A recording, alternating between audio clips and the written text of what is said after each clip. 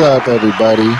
It's your boy Daddy Goodz, and today is the very first episode of the Creators Edition, number one. And the very first guest on the Creator Edition, we have NikeMD Art himself. How you doing, fella? I'm doing all right, boss. How you doing? Yeah, I'm pretty good. Just relaxing, maxing out, cooling out. So, no, I'm kidding. I'm chilling, man. Just relaxing, having a good day. Excited to bring the Creators Edition to the podcast because, hey, the creators and the people behind the lenses play such a huge role in the FFC. Especially you. You've been doing your thing for a while now, and I mean, you reached out to me a minute ago, and you talked to me about your Giantess art and your edits, your videography, all those things, and I've always been impressed, and I know everybody else is constantly impressed with your work. What's been going on with you, man? First and foremost, man, I appreciate you. Appreciate the kind words, and stuff's been busy, man. Like about a year ago, I started this Patreon a little over a year, maybe a year and a half now. I started my Patreon with all my art and photography and stuff. And ever since then, it's just been taking off. So I've been doing all that stuff after work, after my day job. I literally just have no time for just about anything else, honestly. Right. So it's just been that grind, man. It's been that grind. Well, that's a beautiful thing, though, to be honest, man. When you can step out of the workforce and the work field and start doing the things that you really truly enjoy doing. I mean, that's the real calling of this world, in my opinion, and that's how we raise our vibrations right there, is by working on the stuff that really fulfills the soul. And it seems like this is something that definitely fulfills the soul for you. And do you get asked a lot, how do you create the edits? All the time, man. Like to the point where it's flattering, but then also like gets annoying a lot of times because that's what people are like. Oh, that and I check my DMs all the time. I try to check my what you call the requests as often as I can, but a lot of it is usually like people wanting to know like how I make this stuff, and then like wanting detailed answers. And it's like I think people don't realize like like on top of work, on top of doing all stuff for the Patreon, on top of social life, um, like I get it, I get you want the info, but like I don't got time to spend like an hour with every single person like detailing exactly how I do stuff. So it's like one of those things where sometimes it gets annoying, but I understand because like there's people in my past where like I really like their stuff and like I want to know what's going on. So like it is a blessing. At the same point, like I just gotta, I want people to know like I got a life too, man. I can't be responding to every single thing. So like that's why I'm looking for more opportunities to do stuff like this where I can show people, actually what's going on and how to do it so they can still make that connection. Absolutely. I mean, that's exactly what this is right here, is you taking the time out of your day to show people, first of all, how you do it and to give them like a step-by-step process. Are you pretty open with which softwares you use? Like, which software is this right here that we're looking at on the screen? This is Photoshop. I've been using Photoshop since I was in middle school. So I'm pretty familiar with it. I kind of know what I need to do and how to do it. But there's always like new stuff. So I'm always looking at tutorials and stuff, but I definitely use Photoshop. I've tried other things in the past. I've tried what was it? There's been a couple of different ones. I can't remember the names of all of them, but there's been a couple of different ones in the past that I've tried, and nothing just has everything that Photoshop has just in the way it does it. And also like I'm so used to it now, like I'd have to learn another software to get good with it again, Yeah, absolutely. So I'm watching you on the screen right now, and it looks like you are highlighting every little imperfection that you see right now. So what I'm using right now is the magic erase tool, which it does it will take it'll match the proximity of everything you highlight. So like if I highlight a spot like on a shirt or skin, it'll try to match it to something that's like near it, so it gets rid of that type of stuff.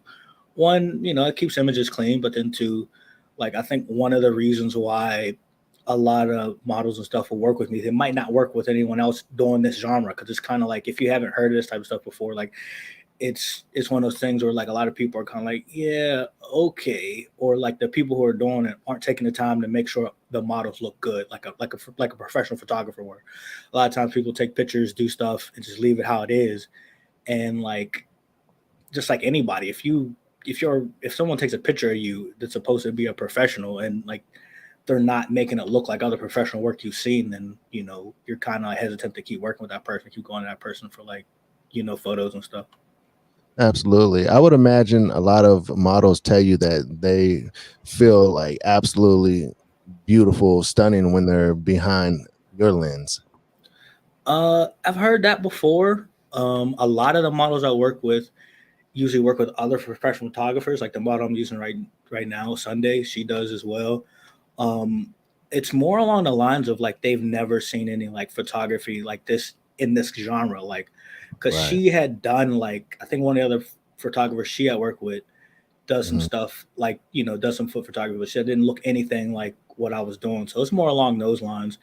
I get that one more so just overall about the way they look from like ones who haven't worked with other professional photographers before, or a lot of them, because I haven't done photography for as long as a lot of other guys. Like I've done Mhm. photo editing for that long, for since I was middle school, but I haven't done like actual photography for that long. So it's taken me a little bit to kind of catch up, but I feel like I'm catching up a little bit quicker. Right. Do you feel like it takes a special eye to be a good photographer? Um, I hesitate to say special because like the thing that I'm always about is it's all about it's all about showing the world what you see through your eyes, whether that's Right. special in terms of like what we traditionally say is special just in our society, or whether that's different. It's all about like what are you, showing the world, or getting as close as you can in your photography Mhm. to show people what you see, how you view the world. And to me, Right. like photography is just that. It's how can I build my skills? How can I build my know how to get close to what, how I see this particular scene, or how I see this particular subject, or this particular person, or put together something that I've seen in my head, and like how can I get it to the point where I can, where it's close to what I've seen in my head. So that's what it's all about for me. Yeah, I could dig it. I could dig it. Yeah, because I've stepped behind the camera recently, and though I feel like the photos were decent, I think to myself like, wow, there's a lot to learn about a camera in general, not just the angles and taking pictures and Ooh, lighting and yeah. everything that surrounds that, but like to learn about the camera itself, it's like, damn, like there's a lot of features on these things.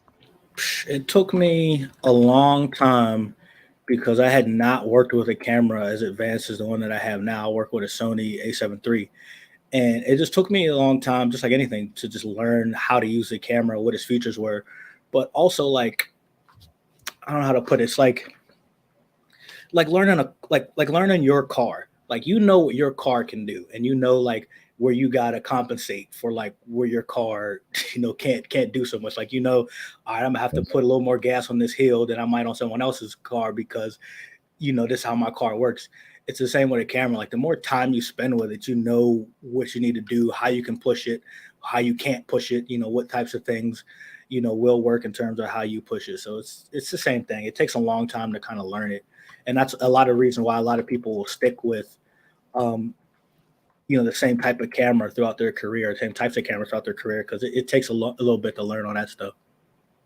Yeah, totally. I could see that being so, man. I got the Canon Mark 50, like I told you, and I'm just learning about this camera now and all the features that it has. And I'm like, wait, why is this green light keep on flashing? Like, what does this mean? Like, what is even that? You know what I'm saying? Like, Yeah.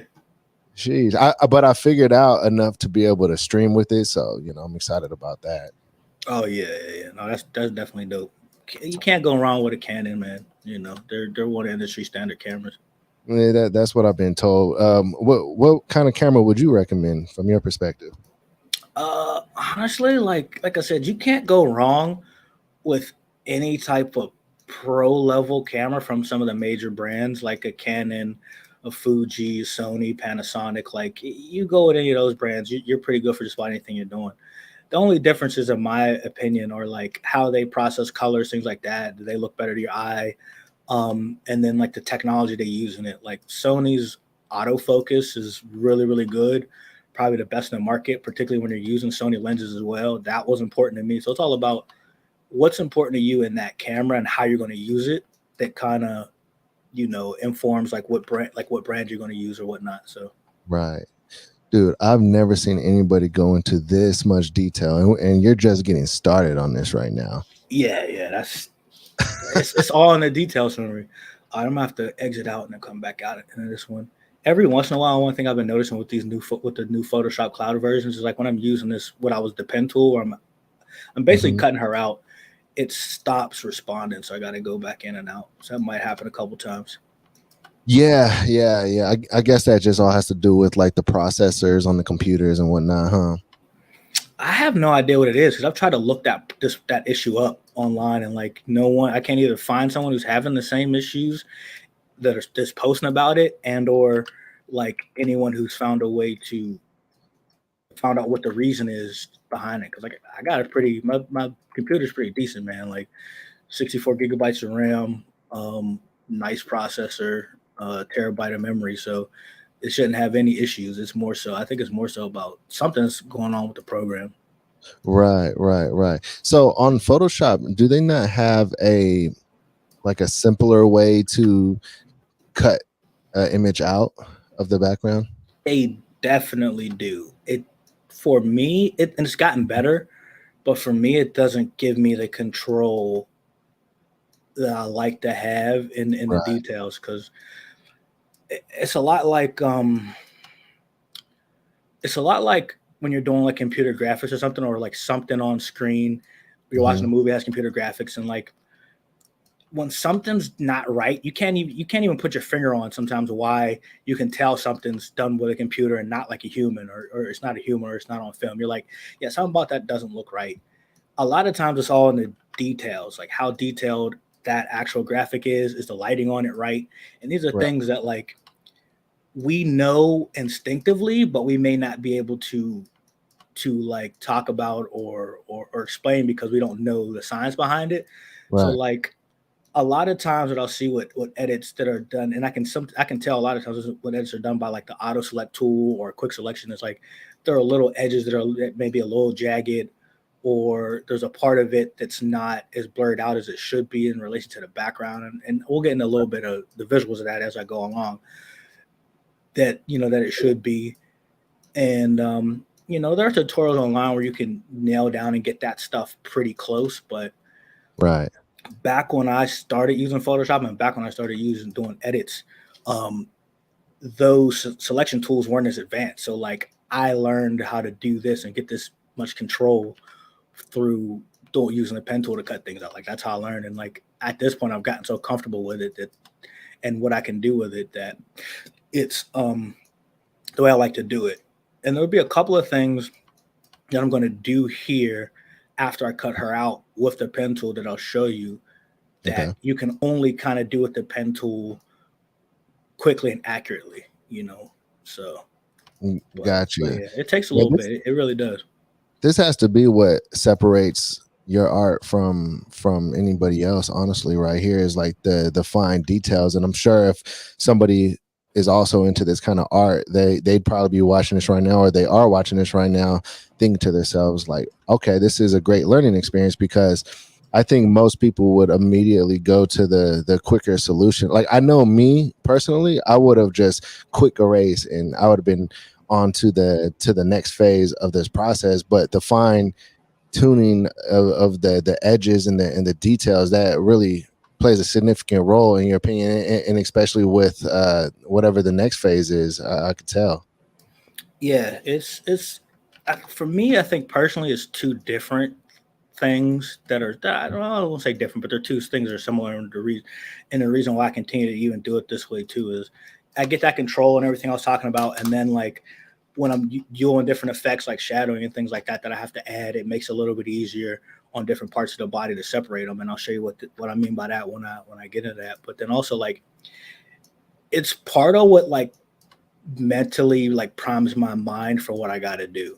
It's one of those things where it's just like it's as close to like handcrafting something as you can get, like when you're doing something digitally. It's Hmm. part of like, all right, like it's slowing my mind down, it's getting me, you know, getting whatever I was doing before I started working on this out of my head, give me a chance to do that. It also gets me real close to every detail of the photo, so I know where everything's kind of at, where some of the wrinkles in the clothes are, if Right. there's like, you know, with some pictures, if there's like, you know, some imperfection or something I missed on the edges or something, I can get out the way. Like if there's like a fat fold or something that's not looking too nice, like I'll get rid of that or do whatever. But it slows me down to really kind of look at it, because my problem, even to this day, is even with this type of process, like to me, it's not. I'm not anxious while I'm doing it because I've done it for so long. But there are other steps in the process where I get anxious. I just want to be done, Hmm. and it the art suffers. So this is one thing that I'm just kind of like, yeah, as long as there's as long as Photoshop is still not, doesn't give you this much control and is this detailed with their auto select, I'm going to be using this. And if the auto select gets to the point where it's like as detailed and as granular as this, then oh yeah, like I'm not going to be wasting time that I shouldn't be wasting. But for Right. me, it's about the level of detail I'm able to to use, and level of control I am with the edges, and then also like priming my mind to actually get started on something that's going to take at the bare minimum an hour, bare minimum. Right. Yeah, I can see like there's definitely no being able to rush this process right here. Like this is something that really does take a lot of time. Does anybody like if you're working with somebody, is there ever like a point in time when they might ask you like, hey, just what's taking so long? Oh, 100%, man. That happens all the time. Like it's one of those things where, because like I also like, it's hard for me to, with photo edits, it's hard for me to start one and then like put it aside to do something else and finish it. Video editing, I can do that for whatever reason pretty well. Mentally, I can deal with it. But with photo editing, like I want to, if I have that idea to get something done, like I want to get it. I want to get that idea out. I get really excited about it. So I have to find some time to sit down for a couple hours and do it. And with my schedule, like we were talking about before, like sometimes it's just not feasible. So sometimes it takes me a minute. And a lot of the people who commission stuff from me now, like photo edits from me now, are usually models more so than just like guys. So I've had a couple models like, hey, what's up? And I'll let them know what the deal is and how it's going. They're like, oh, no, I get it. And, keep it moving. Could you explain that terminology, commission? I mean, I know what a commission is, like from like a sales stand, point of view. But like, how is it that you use that word in this type of world? So they'll commission me to do a piece of art, meaning like they'll pay me to do a photo edit of them as Mm, a giantess or something like that. And gotcha. models will do that. Like I said, models have been the ones who've been doing it more often than like just regular users and stuff. And try to I usually like the model ones better, because I know that they're cool with me using that photo because it's them. Like Right. sometimes I'll get some dudes who just want me to use a photo, maybe someone they pulled off of Facebook or whatever, that like they Mhm. didn't ask, like could Right. like they have their photo used, and I don't know where they're posting it or what they're doing with it. You know what I mean? So Yeah. like it's sometimes it's kind of like I get a little hesitant because I'm like, do you really know this person, or did they really Yeah. say it was cool? Or are they actually cool with me doing this? Like, Yeah. you know, the No, that other makes sense. No, I was gonna say the other part about the pen tool is like, if there are harder things like this that I don't want to deal with, I just go over it. It gives me that level of control, so I don't want to deal with that fray coming off of her cutoff. So I'll just bypass that and cut that out altogether. Right. Is there ever a time where a model will ask you to do an edit, and so you tell them what the commission rate is? Is there ever like that entitlement to where it's almost as if you're expected to do free work for them? Oh, 100%. Particularly doing when I was mainly before my Patreon, before all that, when I was just mainly doing like commission graphics just in general on FinDom Twitter and like just Dom Mhm. Twitter. There was a lot of that. A lot, but a lot of, and I'm not going to like blanket statement, like a lot of the doms that I've worked with, not a lot of them, vast majority of them have been super nice, super appreciative. A lot of them, and even like a group of them, they just really like my art. Some of them would just like be like, yo, here's a folder of photos. Just let me know when you make something. Let me know how much it is, and then we'll do it because I just wanted art being made all the time. And but then there's others that will just they'll even just come at you from the jump incorrect. Like they'll just come right in your DMs and be like, "Yo, making me some art," like Right. thinking that everyone's going to be submissive to them or whatever. And like I just don't answer them. It's just like I don't need an evil in my life, Ricky Bobby. I'm just I'm like, don't you put that evil on me, Ricky Bobby? Don't you put that evil on me? So like I just I keep it moving. So that definitely happens, but I'm super chill in my lifestyle. So like I either don't respond or like I respond not in kind, but to say, hey, that's not how I operate. Like if you do want something, like this is how, I want to be, spoken to. If you can't handle that, then we can't work together. And then some of them are cool and they just like, and one thing I learned, a lot of them, they feel like that's the way they need to be talking to people in this realm Right. because like that's how everyone here wants to talk. So they'll just generalize it and they don't know better and or they don't care to know better. So like I think that's where a lot of it comes off of. I think that's more of it than it is just people just being jerks. There's definitely a couple of jerks out there that I've encountered, male and female, but Absolutely. I think that's what it is more so than anything else. I feel like you make a great point when you say that sometimes some people, they feel like there's a specific way that you're supposed to talk in this realm, and you almost have to realize that no, that's not the way everybody talks to each other, especially if you're a dom model. Like yes, you speak to your subs that way, but definitely not to the fellow creators.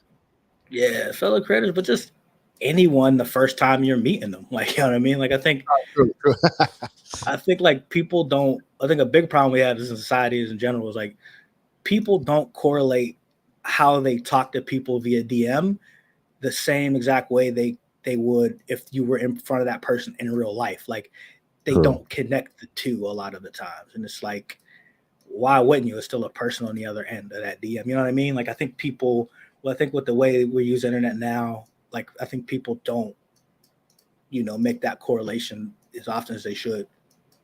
100%. Another interesting thing that you were talking about was like your approach with telling somebody that you do charge. Like what would your approach be with that? Like how do you let them know that you do charge for this kind of work?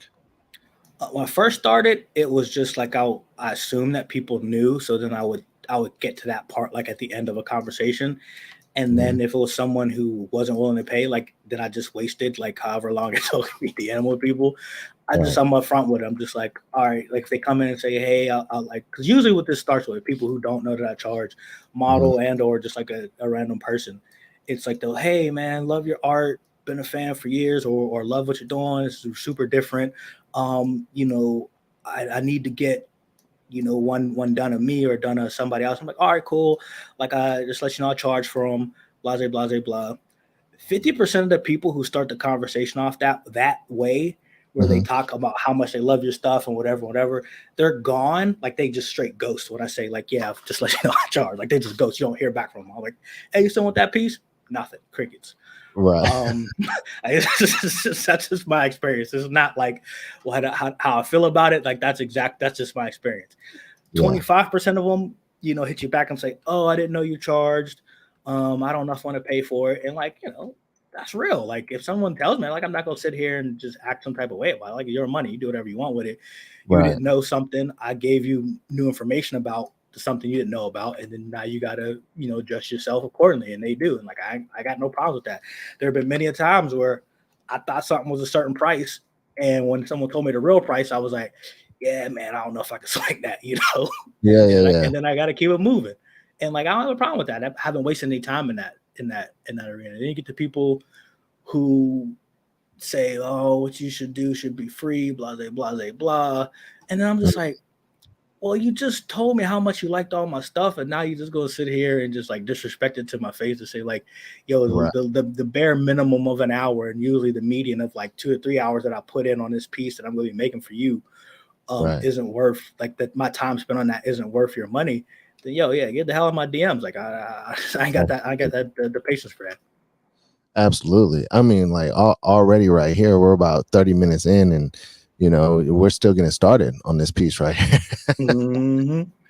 That's what I'm Yeah. saying. Like people don't realize what goes into it. I think a lot of people think they know, and they conduct themselves accordingly based off what they think you're doing and how easy and easy in quotation marks they think it is, Right. and then they conduct themselves in the way they believe it should be worth, or how much your time or your effort should be worth. Absolutely. Well, this is another reason why I'm glad the creators edition has begun here, because this is like some real stuff that we're talking about right here. And I'm hoping that the word just continues to get out there and they can see the kind of work that you put into your craft. Well, I'm sure at this point many people know the quality of your work alone speaks for itself, but just to see you put in the work right here is like it's truly amazing. And I'm sure the people watching right now, they could definitely agree, like this is incredibly interesting. It's like one of those satisfying things to watch right now. I'm just sitting here like just chilling, like I almost want like my vape. Where's my yo? But yeah, dude, that's truly amazing. Well, I gotta ask you, what like really brought you to the Giantess world, because that's more so the art that you do, correct? Yeah. I've been into it since I was young. Like I did a Twitter poll, like what was your first like size media you saw? Like for me, it was like I think it was like the remake of like Attack of the 50-Foot Woman in 1993. I Mm-hmm. saw a commercial for it when I was young. When I say young, like I had to have been younger than 10 years old. Like it was super young, based off of where I remember being at the house that me and my mom were living in. I knew I was younger than that. Like, and even then, something was like, yeah, okay, this hits. Like, like even at that age, like something Uh-huh. about whatever this is right here, this is working right now. And I knew it was something that that I was interested in. And like, being on forums and stuff when I was younger, probably younger than I probably should have been, being on like forums and stuff back then. Because back Right. then, when we got a computer and internet, I'm 35 right now, Mm-hmm. and it was like mid 90s and stuff, and mid 90s internet way different than 2022 internet. Like no Oh social yeah. media, no none of that. Like if you were finding stuff like this online, it was in a forum, and at the Oh yeah. time, the biggest forum that I knew of was Giantess City, and that's where I found a lot of art. So I was on there for a long time looking at other people's art, and then I started making mine on there, and then Wow. it was I didn't really take a leap in terms of the quality and what I was doing Mm-hmm. until I graduated college, and I graduated during a recession back when in '09 I think it was, when everything kind of shut down a little bit in terms of just financial markets and they weren't hiring nobody. So when I Right. got back from college, I was just at home chilling, just like for 6 months without a job. So I was just doing this for that long, and I Wow. was looking up tutorials. I was doing all that stuff. So I got really, really good, really, really quick, because I had that time to devote to it uninterrupted. And like I said, I was doing a lot of tutorials. I was doing all this other stuff. So I learned a lot about just Photoshop in general, which led to me getting a vanilla job, and Right. then in the field. But then also I learned how to do this a lot better, but then also a lot quicker than what I was doing before, which is the thing. Like if you're taking when you're able to take less time doing something, you can do more of it, or you can do more of something else. So it Right.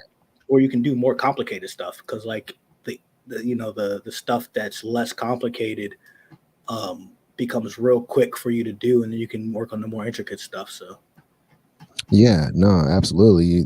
Well spoken, my dude. Like you put it out there. Wow, you've been doing this for a long time. doing it for over 10 years, man. Like way longer than 10 years now. I keep saying I've been saying like over 10 years for like 5 years. Like, like I've been doing this. I've been actually making Giantess art maybe since like 06, 07, maybe. Yeah, I man. think. Yeah, it's quite some It's been time that. right there. That Yeah. is quite some time right there. And you've been actually into it since before then.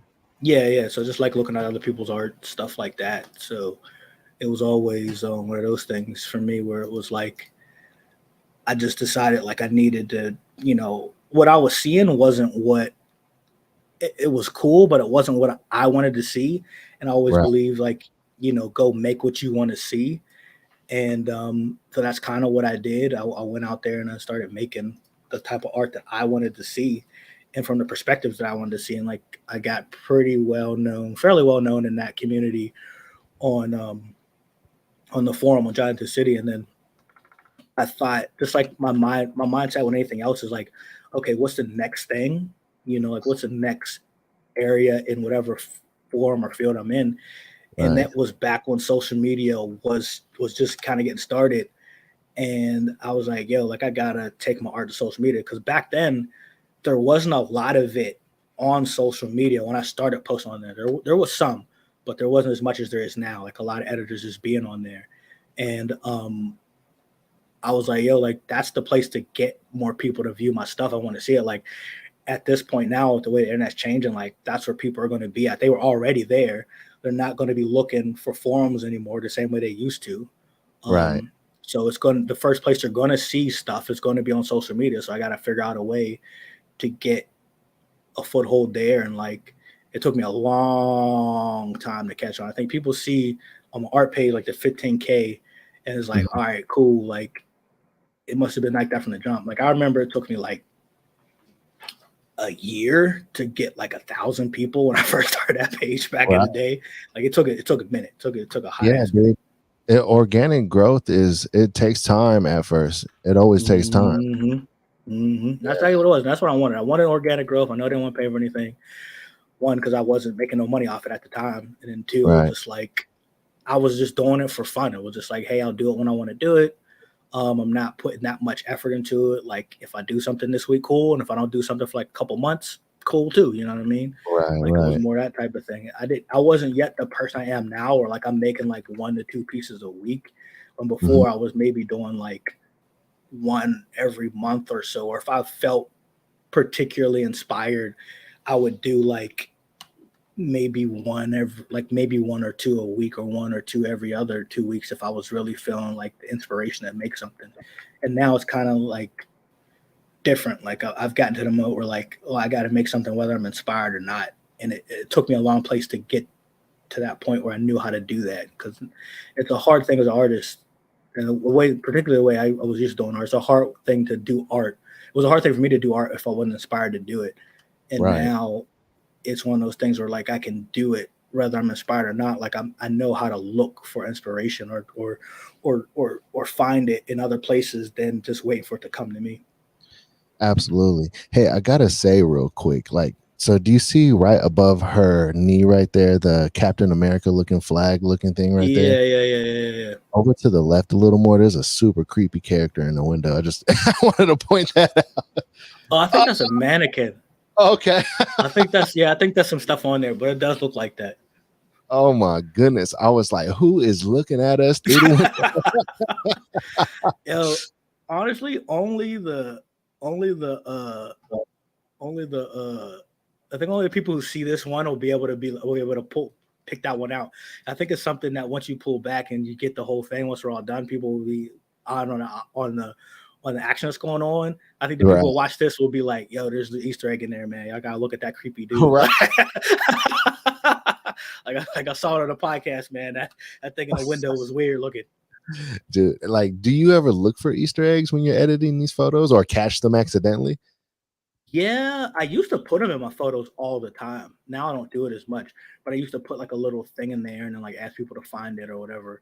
I don't do that as much now because more nowadays it's like, all right, like I got this amount of time after work and I gotta edit these videos, I gotta edit this photo set for the Patreon, and then I gotta get these many edits done, and then like I gotta go meet like my boys or somebody somewhere, and only got that amount of time. So, Right. but when it was more so like I spend however much time I want on this type of stuff, like, yeah, I would take the time and I do a lot of that. Yeah, no, that definitely sounds fun right there. But yeah, that character in the window, he was tripping me out for a second. When I was scouting this, like I thought the same thing. I was just like, yeah, I'm gonna have to erase this dude like in the window. And then when I looked at it closely, like I was like, okay, I think it's just like a mannequin. But yeah, I thought this. It's funny you said it. I thought the same exact shit. That's too funny right there. Like, wouldn't it be trippy, like if you zoomed in on one of the like buildings and there's like somebody like doing an OF film on the balcony? That'd truly be hilarious. I haven't had anything like that yet because doing this for so long, I have like a database of just pictures I've collected over the years. So a lot of them are just older ones. It's very rare. It's rarer that I'll use like a brand new one that's not in my collection that I'll get off like Adobe stock photos or something that I'll use nowadays. But like I got a treasure trove of stuff that I've just been building for like 15 years or so. Absolutely, man. So some of the models that you work with, are they usually local girls to your area, or are a lot of times these girls people you meet off the internet? Every single one I've met, every single one I've shot with, I've met through social media. One, when I first started, let me tell you something. This is a mistake I made when I first started. And only one person I think came from this that was good. Like I put out ads on Craigslist, like for gig jobs for this. Oh wow. That's a mistake. Like at first I didn't realize it was a mistake because like you don't get to choose who respond. Like, you don't get there's no real target. And Right. then like I got some wild people, had some wild conversations with some people on there. I found one person on there that I did a couple shoots with. She was super cool. She's actually like a local student who was looking to make some dough, and she did photography herself. So like she kind of knew some of the stuff, and I learned some stuff from her just personally too, just working with her. But the vast majority were just weird ass conversations and like people wasting my time on Craigslist. Right. One of the models that I've worked with numerous times, and I'm hoping I'll link back up with her again. I found a Model Mayhem, which is a professional model and photographer's website that does stuff. So like I found a couple of them there that I worked with that I continue to work with. And then the vast majority has been on social media. Like Sunday, I reached out to her, the model I'm using right now, I reached out to her just cold on social media. And like, I'm either like, you want to do this or you don't. So like, I'll shoot an initial message, and if I don't hear back from them in like a month or something, I'll shoot another one to say, hey, I don't know if you saw the message. If you're interested, cool. If not, cool. And then like, I'll just leave it there. And I did that with her. And then maybe like a month or so after, because she does what I found out later, she doesn't check her. She gets tons of messages, which you think like a lot of attractive women on social media do. Like we already know that. So she doesn't check her mentions, her not mentions, but the requests a lot. And then when she does, they're always flooded. It just took her a while to get to it. And then she hit me back and was like, yeah, let's go. And, we linked up. That's usually how it happens. Like I'll make an ask like on social media or something. And then, she was interested and we'll make it happen. It's becoming more common since they're becoming more known that they'll reach out to me now. Actually, Taurus, you had her on your podcast. Yeah. She was one who reached out to me early on. Wow. So she was one of the first ones I've ever worked with, and she was one who reached out to me. She does amazing work. No, definitely. Amazing work, amazing person. Everyone I've worked with so far, particularly even the ones I work with on a regular basis, are just super talented and just super cool. Like you look at a lot of them, and I think a lot of dudes, particularly a lot of dudes who haven't done something like this before, come into contact with a lot of females who model and stuff like that, they think because of the way they may present themselves or looks that they present like in the photos or how attractive they are, like they have an idea who they are as people. Like the vast majority of them are super different from the rest of them. Sunday's probably the one I'm using right now, probably one of the goofiest people I've ever met in my entire damn life. I mean, like, Sunday. You know what I'm saying? So it's one of those things where like you meet so many different people, so many different ways that at this point, like I don't have any like preconceived notions of who a person is going to be or how they're going to contact me. I always, chalk it down to how you carry yourself when we're conversating and how you carry yourself when we're shooting, on whether or not we're going to be working together for a while, and such. But most of the asks are through social media. It's very rare that not even very rare. I don't think I've ever met anyone in real life that I've been asked to be a model and then they've modeled. Right. Yeah, it's all been through social media. Wow. No, that's awesome right there. Yeah. So all right. So there's a lot of creators that want to get into edits, video edits, or whatever the case may be. And this is something that I get a lot. So I'm assuming that you get it a lot. But a lot of times, people, they want to get into this field so that they can interact with the models more, or get closer to them, or get to know them more. Oh yeah. Personal level. Like, what would your advice be for that? If your goal is to just do this to get dates, do this to just interact with women, then don't. Just don't, because you're gonna make it bad for the rest of us. First and foremost, not even first and foremost. Don't do it because it's kind of creepy. That's first and foremost. Second, you're gonna make it worse for the rest of us, and then third, it's you're not gonna do yourself any favors, because if you're in that mindset with all of this, where I'm doing this to meet women, to get dates or whatever, and or to just perv on some feet or whatever, then at some point that's going to come through, and it's just yo, no, he or she's only doing this for their own reasons, their own needs or whatever, and it's just they're not actually trying to do this. So you're going to build a reputation of somebody who does that, who's doing that because of that, and it's not going to help you in the long run. So other people are going to work with you. A lot of you have no idea what people say about you when you're not in the room, because you're not in the room, and you have no idea what other models are saying about you when you're not there in the DMs, or you're not there for the conversation, because they talk to each other. They say, yo, is this guy cool? Is this shit cool? Are they cool to work with? Yeah. And they'll let you know. So you will have shot yourself in the foot for opportunities to work with other people because of the way you interacted with, even let's say you just do that with a few models, or one model, at some point it's going to get out. So it's just from being a smart standpoint, why would you carry yourself that way if your goal is to really just put out good work and do good work? If your goal is to get dates and whatever, don't do this. Just be up front, hey, I think, ask them out, or something like that, or engage from that level. No one wants to be hoodwinked. No one wants to be thinking, oh, I'm going here for a photo shoot with this photographer, and now he's trying to date me. No matter who you are, that's not no one likes to be surprised like that. If you're trying to go ask someone out, ask them out. You know what I'm saying? So see, this is some life advice, people, right here. I knew my guy NikeMD would be able to lace your guys' boots right there. That's life advice. It's 100%, man. You can take that to the bank and cash that check, bro. Because it's just anything. If you want something, ask for that thing you want. If I'm trying to get someone to shoot, I tell them exactly what we're trying to shoot. I show them examples, and I ask them if they're down, and that's it. I'm not trying to hide what I'm doing. I'm not trying to make it seem like it's something else that it's not. I take pride in my work. I take pride in the quality of it.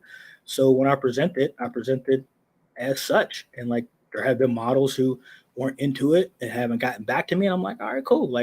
No answer is an answer sometimes. So I just, take it that way and keep it moving. I think a lot of people take it personal and want to keep badgering and hounding somebody for an answer. And it's just I got other shit I got to do, man. If you ain't down to do it, to make some art or do whatever, cool. If you're not down for this type of art, cool. I can't make you be comfortable with what I'm doing. If you're not comfortable with the type of stuff we're going to do here, and let's say I am successful at getting you to do it, you're not going to have a good time. You just been talked into doing something you really don't want to do. So me trying to continue to hound a model or somebody to work with me until they do, and then even if they do, they're still just kind of here because I I just kept coming at them and they just wanted me to stop or whatever. Like that doesn't make for a good situation for everybody involved. Right. Basically, what we're saying, people, is that don't treat the art like a casting couch porn. 100%, bro. 100%. Because Right. it's what it is. Trying to make art, then make some art. If you're trying to do something else, then be upfront with what you're trying to do. Like You actually have to be into it, though. But that, like, speaking of P stars, right? Like let's take them. They're a perfect example. There's somebody who actually they do what guys lust for in their craft, right? But even in that art craft right there, you actually have to be involved with the art side of it. You have to have a passion for how good it looks in whatever form of that art that you're doing. But you actually have to be involved in that side of things too. You can't just be like a guy who just wants to smash everything on camera. Like you literally have to build up a quality and catalog of work even in that form, and build up a reputation to where when these models or these other P stars are coming to work with you, they gotta know your reputation is solid as well. And also, not to mention, when the film is done being filmed, you're not on some creepo stuff afterwards, because it was literally just acting, you know, even though you're actually doing the do, but it's acting at the end of the day. Oh yeah, you said something super important and something I take very serious. Your rep is everything. I can't tell you how many times when I started talking to a new model or whatever, she reached out to me, or I reached out to her. But in the instance I'm gonna start talking about, it's usually they reach out to me, and and they don't make it known, or I don't know that they actually know a model that I've worked with before, like or they're like friends with a model I've worked with before, and that model directed them to me or said, yo, yeah, he's cool. Like, you know, I love working with him.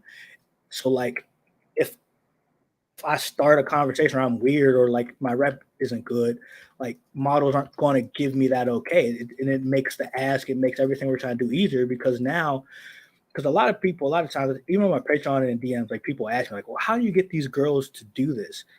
And it's not me trying to get someone to do something they don't want to do. It's finding the people who want to do this, you know, and you get people who reach out to you 9 times out of 10, they want to do it. And the reason why that person that reached out to me is because someone I've done this with before recommended me and said, yo, like, yeah, he's super professional. Like, you know, everything's on board. Like, he's not a creep, blah, blah, blah, blah.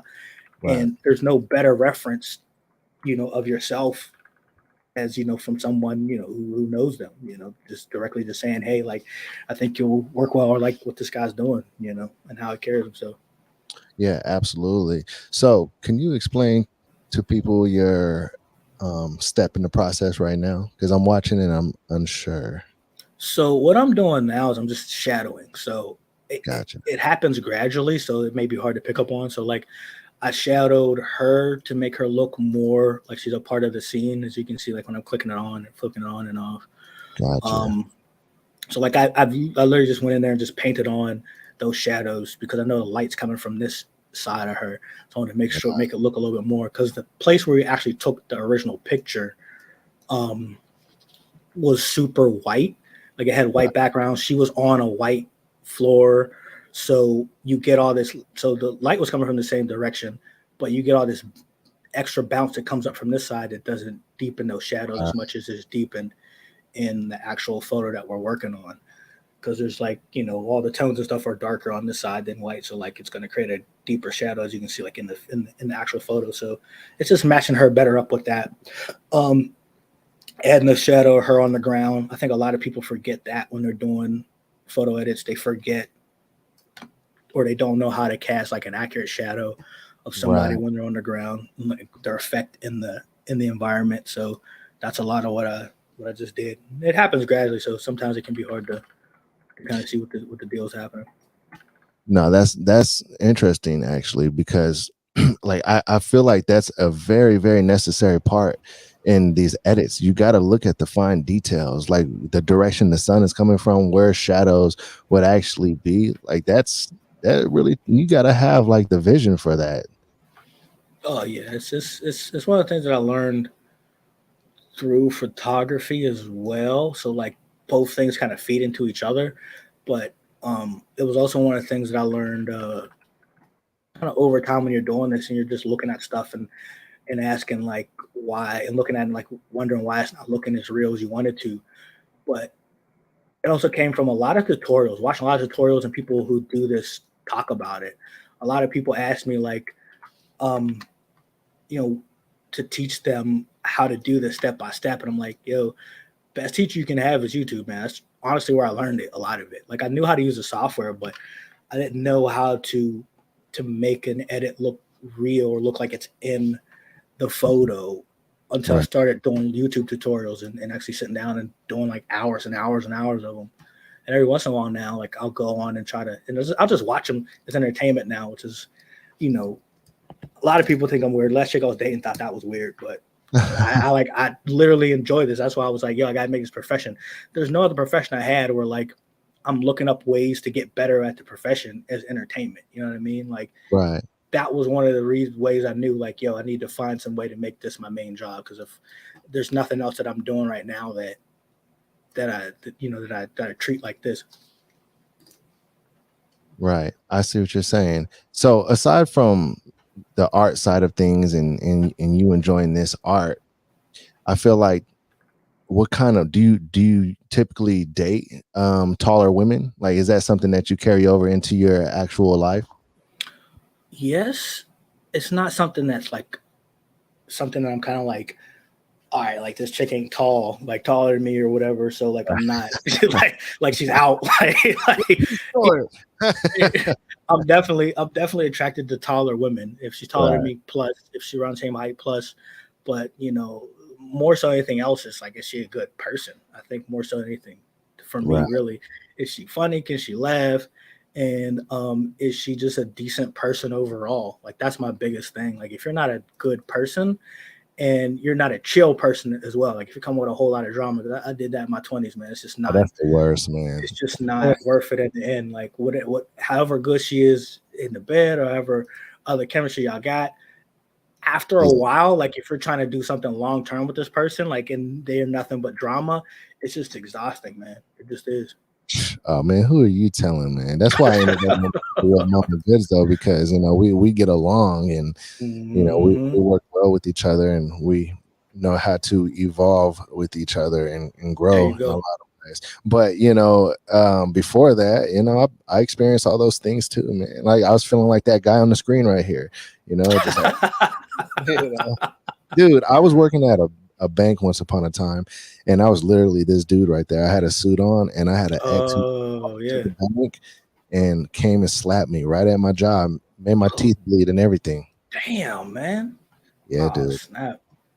Yeah, but she was not the giantess type. She was very but she walked in as if she was a giantess though. Like I was like, yo, what are you doing?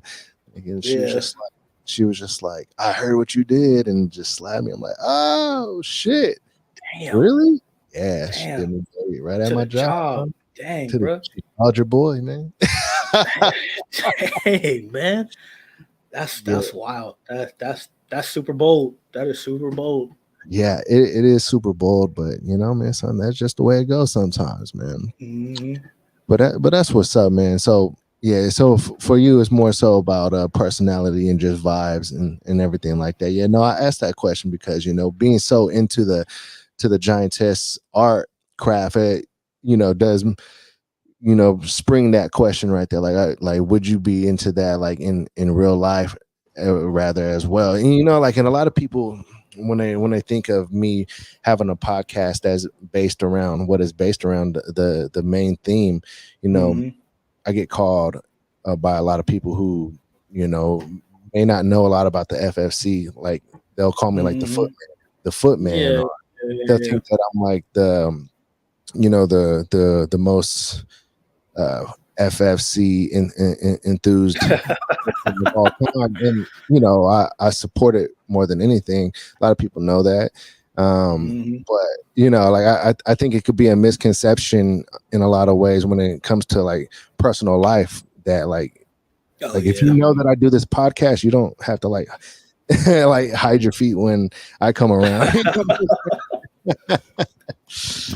It's one of those things because I've had similar experiences, but it's one of those things where you just chalk it up to like I think a lot of times people feel since like the fetish world or whatever, like it's different. They feel like it's different from other subjects and other topics, so they handle it differently than you would something similar.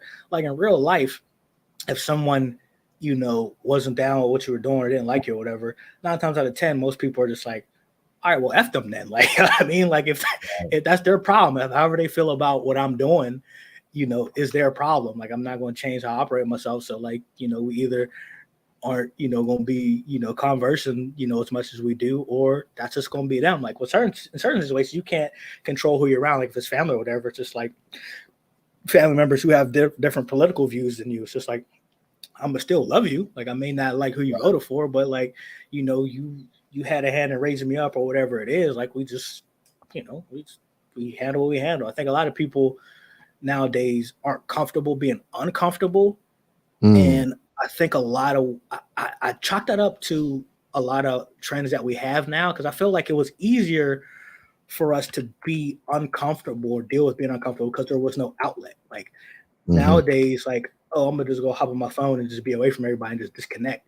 When a lot of times, like that just wasn't an option. You just had to deal with certain situations or whatever, or like the people that you interacted with a lot of the times were the people around you, and you had no real control, especially when you're younger, who the people around you were. So you just had to figure out ways to cope. Nowadays, you can just hop on social media and go cape up with people who think just like you or whatever, and not have to deal with the people who don't. So I think a lot of that subconsciously and consciously goes to people thinking like that's how it should be all the time.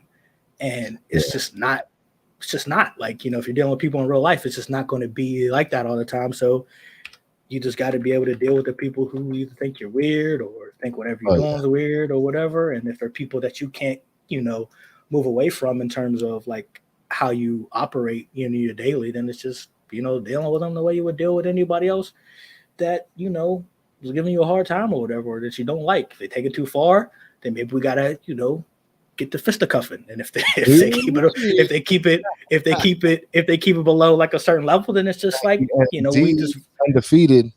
we doing we keep it verbal or we just don't talk about it. Like there's certain things that we just don't talk about. Like I help out one of my friends with his business, and I do it every Thursday and Friday, and like they know what I'm doing, and like every once in a while they'll throw like a joke or something my way, but it's just not like it's just like they would be joking about anything else. Like we just rag on each other like we would about anything else, and like every once in a while a comment will come. He's just like, ain't the end of the world. They know what I do. Right. That's what it is. You just deal with it. Yeah. No. Absolutely, man. I see you got the Audi getting ready to get crushed though. Yeah, I'm thinking this is the part of the place of the job that takes that trial and error. Like I don't know what I'm going to use or where I'm going to use it. I just kind of put things in and see what the deal is. So you really got to have. Do you have to always start with like a blank canvas? Well, I mean, obviously not. It's not blank. There's a city behind her, but say there was like already people on the street and cars driving down the street. Like, would you not use that photo? It all depends on where they are, what they're doing. A lot of times, and maybe one day in the future we'll do one that I'll come back on and I'll do one where there's a lot of people in it, because I'll find ways. If it's a photo I really want to use, it matches really well, I'll just find ways around it. Like I'll find ways to cover it up. Like, oh, actually a good example here is I put this guy here in this corner. Yeah. One, because it looks good to add to the scene, but then two, it covers up all these people who are in the background that aren't reacting the way you would react if there was a giant woman just in the middle of the street. Right. So like one thing I would either do, I'd either take that that magic erase tool that I was using before for imperfections, and I would use it on the canvas and get rid of them if it was something that I couldn't get rid of. But then most of the time I'll just put something in front of it. That's something I've learned over the years, where it's just like 90% of the photos that you use aren't going to be perfect. The thing that I had to wrap my head around as a concept first, because I didn't even wrap my head around as a concept first, was that you can augment the photo in the background the same way you augment the overall photo. You can take bits and pieces from one part of the photo and put it on another photo, you know, and roll. Right. So like that's one thing I had to come to terms with and really learn how to do at a high level to No, get to it. that's incredible. Yeah, no, that's interesting because I didn't even realize that you covered up the people with that guy too. So that was Mhm. honestly a genius move right there. But that's That's one the of other those. thing. You don't know, like people don't know because if they don't see you making it, they don't know who was there or who wasn't there. You know. Right, right. That's true. That's very true. So what? So are you able to get like a 360 view of that car right there, or is it? So I use a plugin called Pixel Squid that Mm, has, and actually let me pull that up because I think a lot of people might not know about it. So I use pixelsquid.com. It's like $19 a month, but right. you come in and they have like all these 3D objects that you can use that you can spend um, that you can spend in 360 and add them to stuff. So you know Oh, I've been using this for years, and I use it to craft a lot of my stuff. So like you can get a lot of different objects and kind of roll and do what you need to do. And then I have a Photoshop plugin. You have to have one of the newer Photoshops, but I have a Photoshop plugin where right. it's just attached to my Photoshop and you can see what they look like on your photo in real time. Gotcha. Yeah, because I was tripping out. I was like, wait, am I It was seeing like, him? hold on. It was Yeah. like, wait. I'm like, am I actually seeing him like spin this around like I'm on the Carvana app or something? You know what I mean? No, Like, you were. I should have just wow. not said something. I should have just said, nah, yeah, that's just magic, bro. Like No, I know I'd have been like, that's the oh, part to do it, bro. You know. And I'll Roy, use different stuff to hide stuff, you know, that I'm I call don't you want Roy and Siegfried. Oh And the my cool thing god. is they come with their own shadows sometimes too. I mean, not sometimes, but a lot of times they come with their own shadows. So that's usually what I'll end up doing is just using that shadow. And then if the shadow that it casts doesn't match up, I'll turn it off, and then I'll draw my own shadow on there. Let me see if I Right. can go in so the people can see. So yeah. Yeah, it's that ride right there is about to be done for. That ride is about to get crushed. Now this one's just gonna be uh Chilling.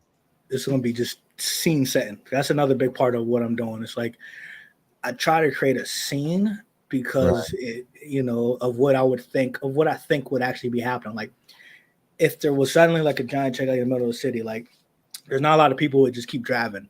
Like particularly if the road was blocked like that, they'd be like, you know what, it's time for us to bounce, man. Get this one on foot, see what we can see what we can do. Right. So it's I, that I type mean, of stuff. sh- I mean, like real talk though, like Sunday would be like a cool giant. I feel though, like I'd be okay with Sunday. I will basing off of what I know of her personality, working with her a couple times, like I think she would just I think she'd be like a big goofball with it. I think she'd just have fun with it. Like I don't think she'd be malicious in any way. She's literally one of the nicest people I've ever met in my entire life. But I definitely think she'd be fucking with a couple people, you know. You got to But show having this. but having fun with it. Like I don't think she'd be killing anybody or anything like that. I just think it would just be like, oh, you thought you were going across the street? And then like knock somebody over or something, maybe laugh or something like that. You got to It might be show something like Sunday an hour and 4 minutes in that part right there. that. Yeah, this should be a cool giant, man. I She ain't think gonna hurt none of us. I don't think so. Like, you never know someone truly, but like, I feel like she'd be pretty cool. I got a couple of blooper reels on my Patreon with her on there, so people can I think some of the people on Patreon know how goofy she can be. But So I got a question as far as being either nice or mean giantess. I know in mm, a lot of ways it's taboo for some, and then for others it's a no-go zone when it comes to the giantess world, like crushing living things, like like from your experience working with models and everything, like what is like the conversation like when it comes to that, because I know that for some that's like the no-go zone. for almost every model I worked with, that that's a no go zone. There's one of them who had done it in the past, and I think she was on. I think she got like arrested or like something for it. Whoa. And yeah. And since then, like she's not been about it. I think at the time she was doing it because it was money. She wasn't really thinking about it at that level. And Right. then, you know, sometimes life hits you with something that makes you think about something you're doing. And after that, she kind of turned it around and hasn't been doing it. And like every once in a while, like when I'll post stuff about working with her, people bring it up and be like, "Oh, how can you work with her?" Blah blah blah blah blah blah. And like the stance I always take is, you know, like we, particularly with women in our society, we, man to woman, we don't we don't feel like giving them a second chance unless we feel they've done something we don't like or we've been aggrieved or whatever. Like, Right. you know, there's something about that. And the reason I say that is like, yo, as much as I love Kobe, but man, like, you know, sports athletes have done some crazy wild stuff to other human beings. Right. Not like to just any old thing. Like, and I'm not like, you know, making light of any live creature's life or anything. Hmm. Um, I would save a human's life over an animal's life. I'll say Absolutely. that.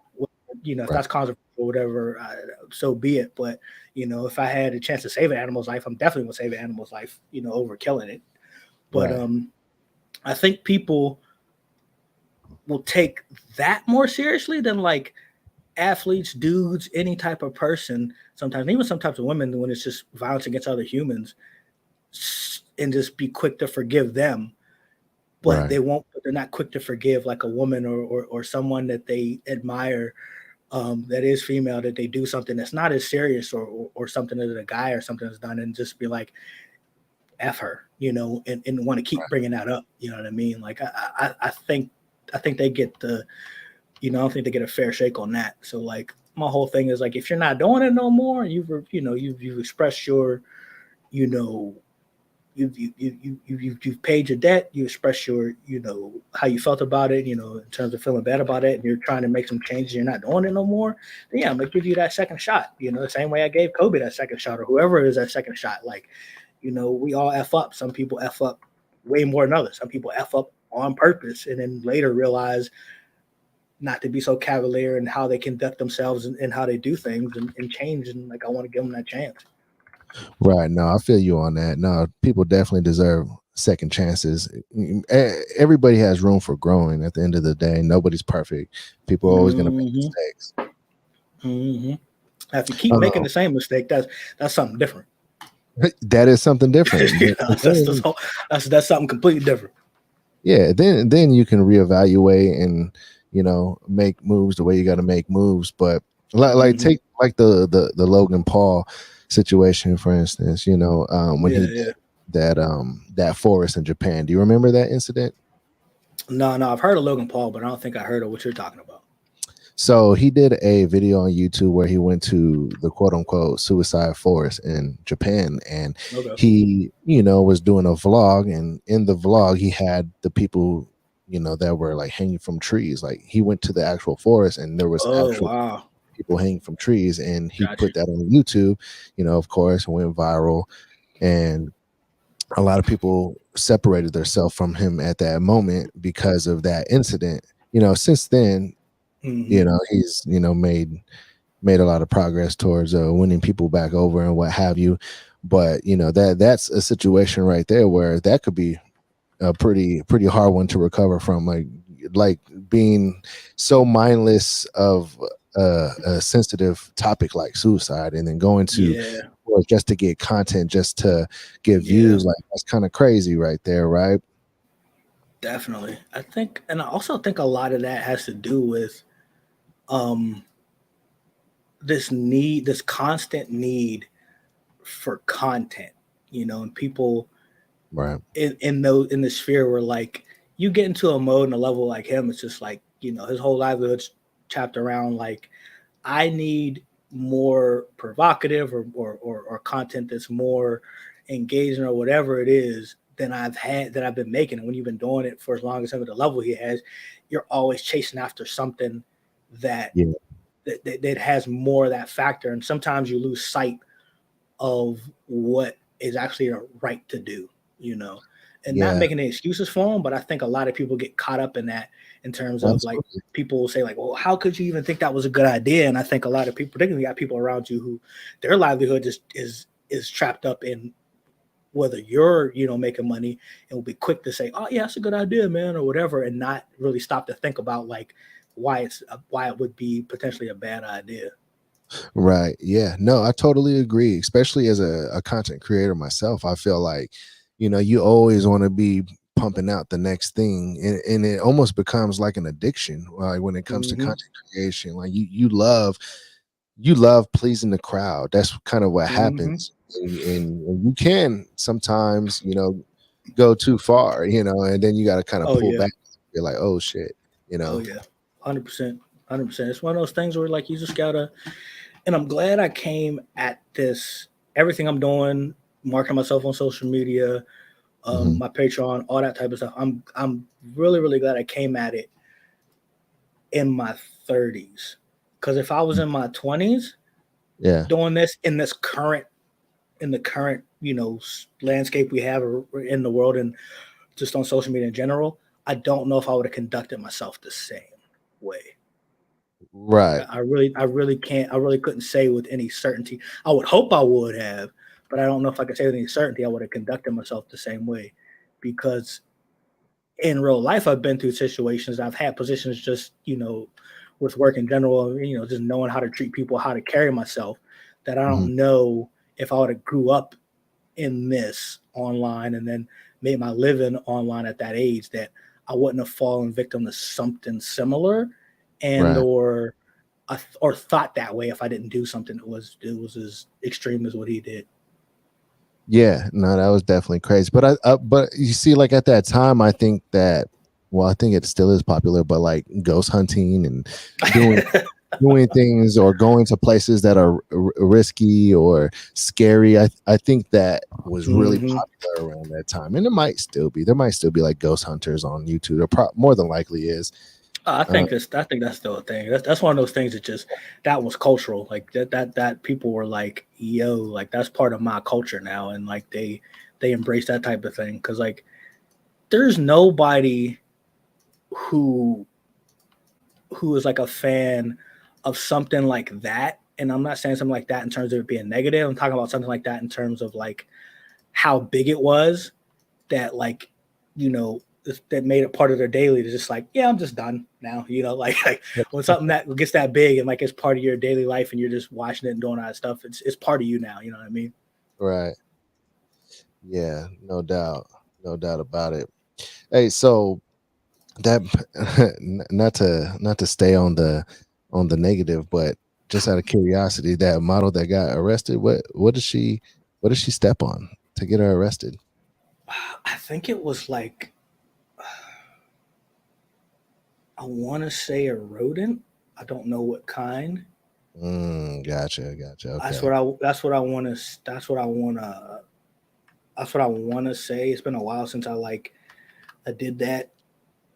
Like Damn. I looked at it exactly. Exactly. It took it took me a minute to like even. It took me a minute to even like come to the place that I was okay. Like you know, working with her, and it took me Right. a minute because it was like we will. It took me a minute because I had to really think about it in human terms, in terms of her being a human being and doing something that like I felt was deplorable. Yeah. But then also like if you don't give someone like that a chance to want to do better, what's their Mhm. alternative? Right. Like what will they do then if they know that all right, like I can't never go back to a normal life or the life that I want. Hmm. Um Even if I want to stop this, so I got to keep doing this to make money I or to see. keep doing this thing. Like we're real quick to vilify people Right. and and and, and call them the devil and do all this type of stuff and say that they don't have any place and throw them away when and not give them an out. And when someone doesn't have an out, like then they're only human. Like a lot of people will stay in the same space that they're at, or maybe go to a worse space because they figure out there's no way out of this for me now. I don't have an out. If you want, we do more outreach and stuff to other facets of life with people who kill people, like gang members and stuff like that, and say, yeah, you can turn your life around. We can get you this job or whatever. Or people who dealt drugs to kids or whatever, and be like, yo, like we got this program and do whatever. And there's other facets of life where we just don't give people that same grace for whatever reason. Right. Yeah, no, I feel you, man. Yeah, well, shit, man. Like knowing that, I gotta warn my cousin because he puts gerbils where the sun don't shine. No, I'm kidding. I was saying, man, you need to get him on the straight and narrow pretty quick, then, man. But get him on the creators pod, man. He's been filming it. I'm kidding. I kid everybody. Oh, wait, I got mine. There it is. Oh man. What was I gonna say? I was gonna say that's what a lot of it is for me, and why, like, when people just to put a pin in that, why people will like come. Sometimes people come at me for working with her. I'm just like, bro, I try to give grace to everybody I can, and if you misuse that grace or whatever, that's something different. Then we gotta have a conversation. But I try my best to give grace to whoever I can. Right. Yeah. No, I feel you on that right there. What's crazy is like, yeah, doing live crushing or what have you, that definitely sounds out of pocket and crazy, but we do eat a lot of animals though, when you think about it, like when it comes to like what's usually on our plate is like that's an animal, a whole another thing. Yep. You know what I'm saying? And the way that animal got killed is usually not by they usually don't go out like our grandparents, where they're in a hospital bed or whatever, a hospice, and then they die and then we eat them. That's not how they go out. Usually get hit with a mallet or put through some type of chopping machine or something. Yeah, it's brutal. It's really brutal. Like, I don't know if you've ever watched one of those PETA videos, but it's crazy. I can't do it. I don't think I'd be able to do it. Yeah. I really don't think I'd be able to do it. Are you vegan? Me? No. Not vegan. Vegetarian. Gotcha. Mm-hmm. So okay, I see. That makes sense then why you wouldn't be able to watch one of those videos for sure. Mm-hmm. Yeah, because I have, man, and it's crazy, man. It's crazy. Electrical shocks and everything, man. I'm like, fuck, man. Oh wow, bro. Cool. Yeah. That's not cool at all, bro. Fury Pogzilla says, Daddy Goodz, you always gotta be on some deep shit. I know. Hey, shout out to everybody that's been in the live comments, by the way. Shout out Chris and Giantess Studios. Y'all been running the chat. I've been seeing we've been having a lot of live viewers here and there. Shout out to Johan Trailer, and look at Mama Goodz was in here. Shout out Mama Goodz. And David Robles. He says, please, girls, toe spread. This person doesn't know what's going on here. Doesn't sound like it. Doesn't sound like you know what the deal is. No, not at all. So explain the edit to me now. So we got the smoke going up in the background. So something exploded. Yeah. So just a little ambiance. Like like I said, it's about telling our story. So part of the story that I'm telling is of what might have happened before this happened. Like, how did she get here? Because if she got here, it wasn't she just appeared there. She might have had to step on something or sit on something to get there, and that smoke would be the aftermath of what that thing was. It's about telling a story without telling a story. It's like, tell me she got there without showing me she got there. You know what I mean? Right. Now that makes sense right there. But at least the buildings are like intact, or for now anyways. Yeah, a lot of that too is like, all right, how long do you want to spend on this? Because like if the building's not the main focus of a photo, I usually don't do too much building destruction because that takes a little bit longer. But for this, and what I was doing, we were talking about the animal thing, was I was separating this front part from the background of the main photo, so I could add a blur to it to make it look a little bit more like it was captured by a lens. So I separated those front buildings to that. so I could Oh, play around with, you know, how blurred the background is. So you can, like I was telling you about, like sometimes a photo may not be exactly what you want. So then you have to look at it differently in terms of making it exactly what you want it to be. I didn't even realize you were doing that. Like you were like separate. So you're doing the same thing you were doing with the outlining of the body in the beginning with the Mm-hmm. filters. Oh, And snap. that's what I was saying when we were first starting, when I said I use that pen tool because it helps me control, gives me so much more control over different things, different aspects of the photo that you normally, it would take you a while to kind of key in on with this quick select tool, because so many of these tones are similar. And with the quick select, it'd be really hard to kind of get it to recognize some of these. So I just go in and just tell it that's exactly what I want, and I keep it moving. Dude, this is nuts that you like go so much into detail and it takes so much work to really, really get it done. Like That's what I tell seriously. people. Tell people it's, people think this is, and I know by the way people ask me how I do what I do. They ask me what program I'm using. They ask me what tools I'm using in the program, or whatever, which is definitely a big part of it. The other part of it that people don't realize is the way you think about what you're able to do in that photo, Right. and what's actually possible, and like changing your perspective to, and being able to change your perspective about what you're looking at. Because if we went back to this, like if I wasn't where I was at, if I was where I was at 10 years ago with this, I probably would have picked a different photo, and or not use this one because the background wasn't as blurred as I wanted to. We had those, like we were talking about before, we had those people in the background down here, and it didn't really match up with what, you know, with the view of what the photo was.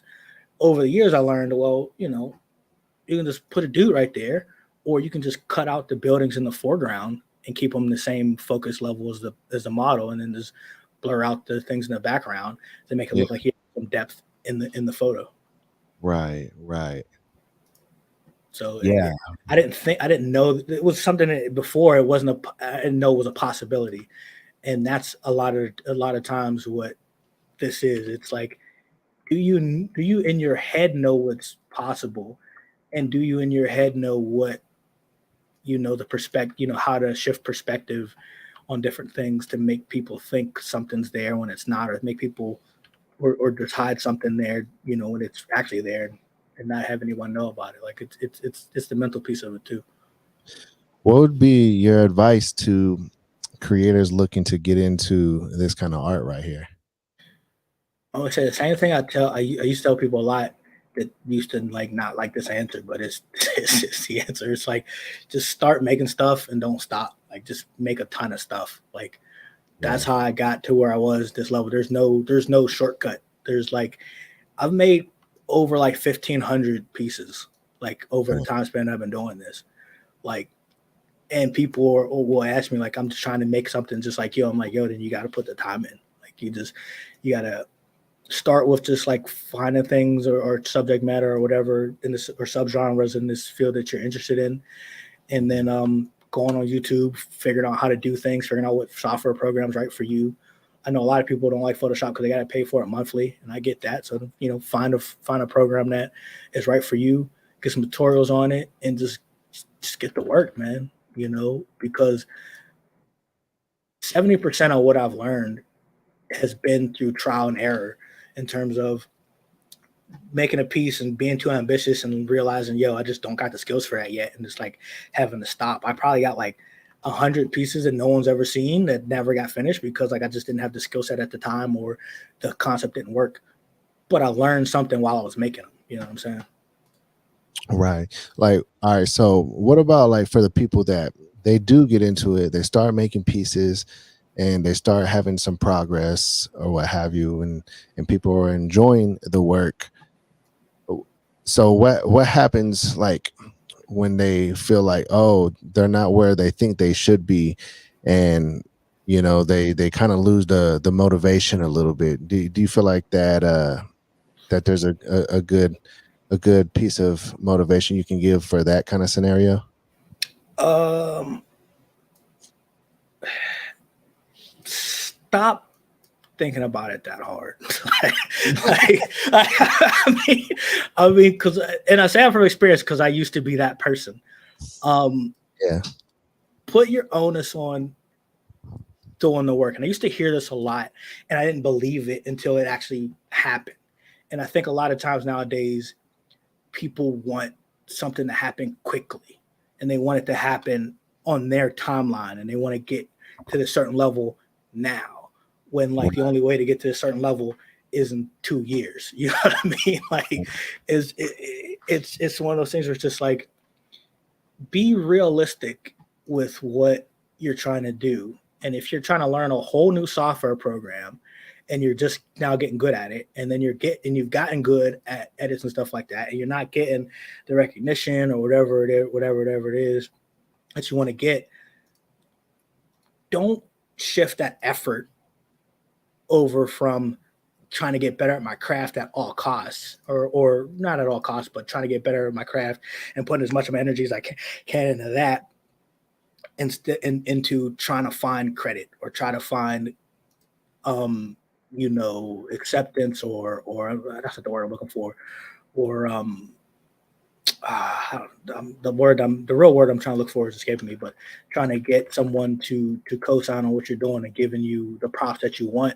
Like, all that stuff comes when you're so good that people can't ignore what you're doing. Like, that comes. Like, if what you're trying to do is have notoriety come before a skill set, then at some point you're going to get to a level where your hype that you created around yourself, if you put all your effort in that, doesn't match what you're actually able to do or get done. And people are going to be like, oh, what's the big deal about this? This person or that person, when like their stuff isn't really that good. Like, they're not going to stay. They're not going to keep doing what they're doing. Like, the reason I think that I've gotten as many patrons that I got on my Patreon page, and people, will reach out, stuff like that, is because my work is good. I'm good. I've gotten better at marketing myself and doing that type of stuff. But also, it's like, I can continue to make good stuff. It's not, I'm getting to a point where like I've lost my ability to get better and improve. And after a certain point, my stuff isn't as good anymore, and the hype is still there, and people are like, the hype doesn't match it. I'm gonna just bounce because this dude is not everything that I thought he was. Or like, if all the stuff I put out on social media is just old stuff that like, that was good once when I was doing it, and then when you go behind my paywall or whatever, and the new stuff I'm making is few and far between, or just not as good anymore, then you're going to feel like I tricked you. So it's like, put all that focus on getting better. I think a lot of people get caught up in what they're owed and not what they're doing themselves to warrant what they think they're owed. There's nothing wrong with continuing to say, you know what, man, like, I know, and being real with yourself and saying, like, I'm putting in a large amount of work. I know my work is good. People are telling me work is good, and like, it's just not catching on. Then, okay, now we need to look at some different things. But if you know you're not putting as much time and effort into your work as you could be, and you're not getting the props, well, you got your answer right there. You just got to be real with yourself. No, without a doubt, man. I feel like you're just full of motivation and gems, man. I'm just speaking on my experience, man. Like, for real. Like, life is, as you get older, it's people wisdom and knowledge comes from like getting it wrong enough times to know, what the right thing should be, or the direction you should be moving. That's all that is. No, 100%. I bet your IG, Instagram, your algorithm is like, it's like motivation quotes and I don't really like motivation quotes. I like, deeper dives into stuff. So I'm not just the motivation quote type of dude. Like, I'll read a whole book, or like, I want to hear about the experience behind that, because then I can use that longer than I can use a couple words, you know what I mean, to keep me going, you know what I mean, if that makes any sense. Yeah, for sure, man. I ain't gonna lie, man. I like those motivation clips, man. Like, I'll sit there and listen to Eric Thomas like while I'm working out. Oh, ET be going in, bro. Oh, you go in, bro. No, if you need motivation right there in that moment, I don't think you can do better than ET, man. I really don't. I really don't think you can do better than working ET. hard. Somebody else is working harder. You're like, oh shit, I suck. I better get working. Bro, for real. Like I don't think there is a better person. Cause he does clips, but he also goes in depth, man. If you on the YouTube or whatever, like he'll go hard into something and like and break it up too. Facts. So that for all you photo editors and videographers, go listen to Eric Thompson and then go look at NikeMD's Patreon. You're gonna get straight to work. You're gonna get straight to work, man, because this shit is phenomenal. I appreciate it. Oh yeah, man, of course, man. It looks so what's going on with the car here? Oh, I knew it. Sunday's more destructive than I thought. Do a little something here. But it's more like she's toying with it a little bit. Like she's just like, hey, yeah, not really trying to like damage it too much, but like just kind of scare the people within it a little bit, or just kind of take a look at it. Like what is it? Maybe like her first few hours of being that big and still just kind of making sense of what's going on around her, and that sense that like, yo, like this stuff is really this small. Like what's happening? Right now, I know like keeping the outfit like the way she had it like originally, like is a part of like her modeling art piece aspect of it all. But like imagine though, like if a giant came from Terrantania, right? Would the giant be fitted, or would the giant like be wearing clothes made out of like leaves or something like that? You know what I mean? The giant wouldn't be wearing anything, I don't think, because like if you're coming from a region like that you've been a giant or whatever, and that's what you've been doing for a long time, like you don't care anymore what little people think. Like what would you care if everything's out there, I feel like if a giant if they grew up in our society, then I think those societal norms would carry over to them if they were bigger. But if they go up outside of our society and like nudity wasn't even a thing, then no, yeah. I feel like if giants were like for real thing, which they probably are, like we probably just can't see them. Kind of like how ants probably don't really know we exist. They just end up, like they're just out here. Yeah. Mm-hmm. Like what if like that's the dimension that we're not able to see? I bet you Pogzilla's gonna be like, there you go again, getting deep. No, seriously though, what if that's like 5D, right? The fifth dimension or the sixth dimension, and we just aren't able to see it, but that's where the giants exist, and we're just able to live and survive because we're lucky enough to not have been squashed yet. Like we're living in like some pocket within their world. That's what I was gonna say. Like I feel like we would come up so we got squashed the same way like them ants be getting squashed. Like at some point, like there'd be some phenomena like people just flattening out of nowhere, and the news would be like, today at 6, another person got flattened over in Rochester. Right. And we don't know what happened. I know. Right. It just happened in a blink of an eye, like, but then you slow it down and you realize it's like a huge pinky toe just like obliterating people all at once, Stop it, man. I mean, that might be, hey, bro. Like, it could be a thing, and they just been covering it up, man. Like, it's just been a government cover up. They don't want people to panic. It totally could be, but like, say that was a possibility though, and if it was also a possibility to procreate with a giant of that size and magnitude, I definitely would have to let Mama Goodz know, like, yo. It is giant over here. Like, yo, we gotta talk about some boundaries here. We might need to open those up a little bit more.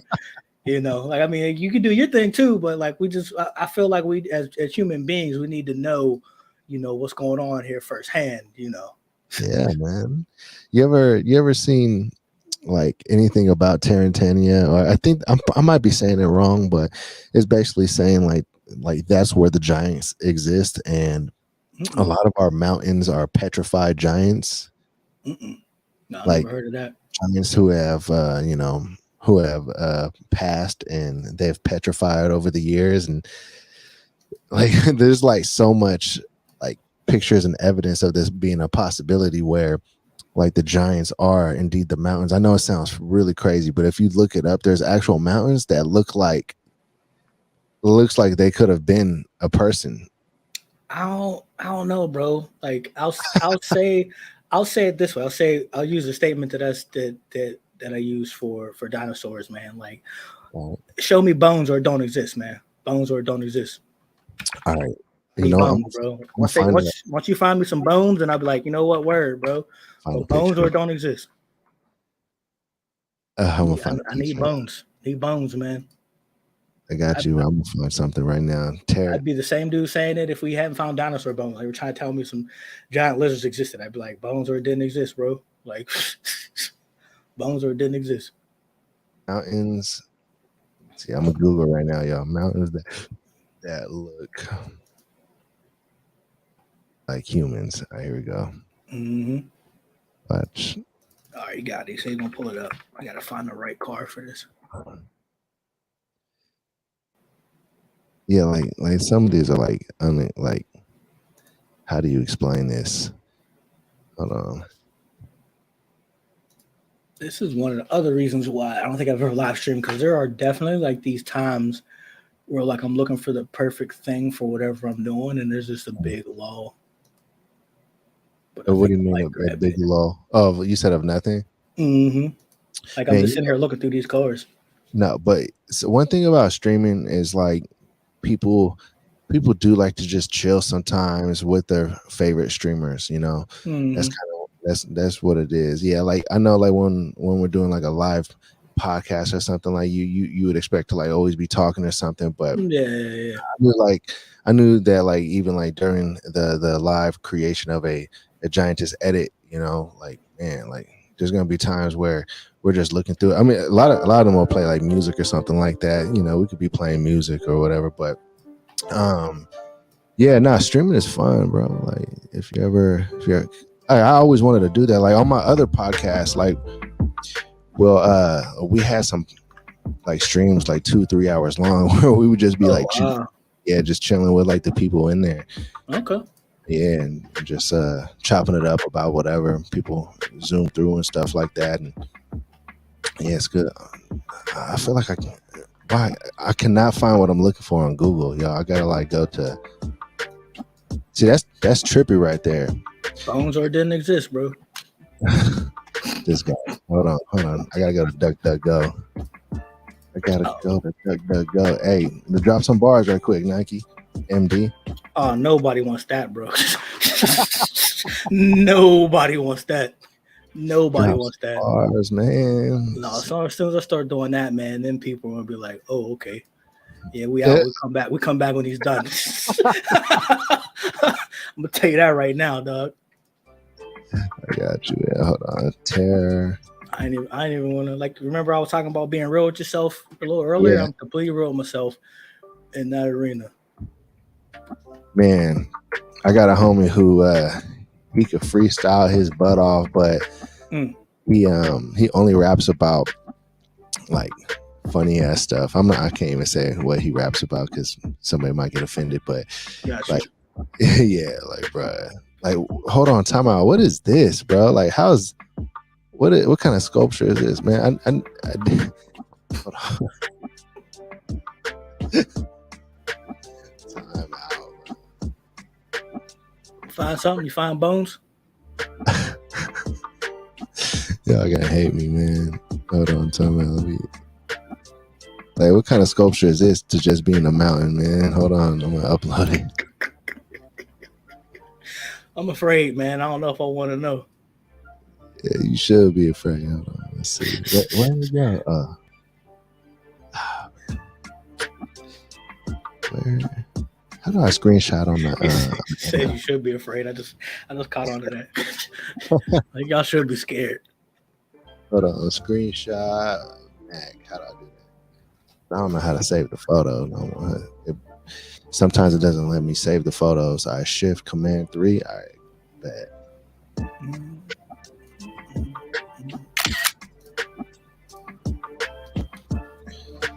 Is there a way I could crop that?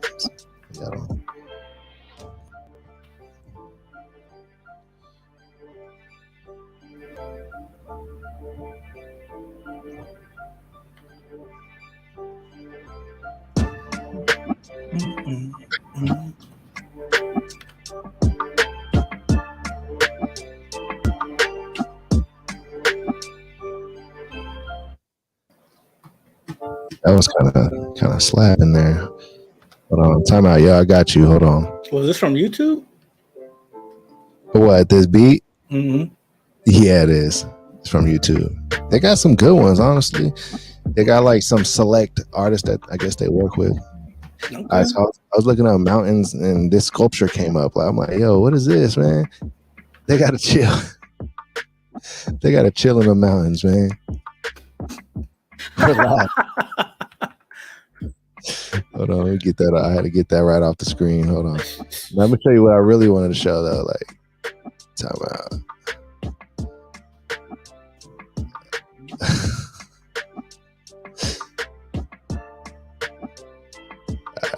Where we at?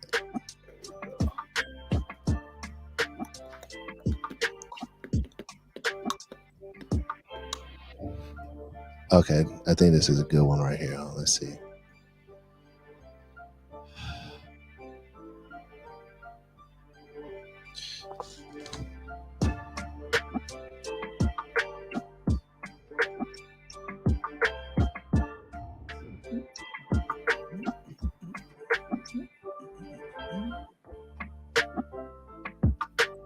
Or like the giant petrified trees too, you know, like. Okay, here goes one right here. This is a good one, I feel. View file. Okay.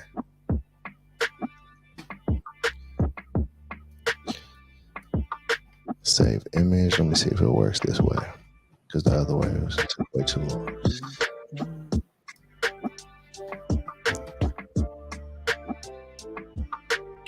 Oh no, that's the wrong one.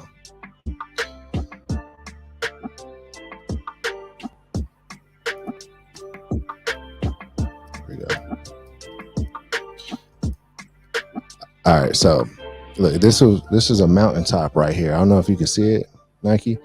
Yep.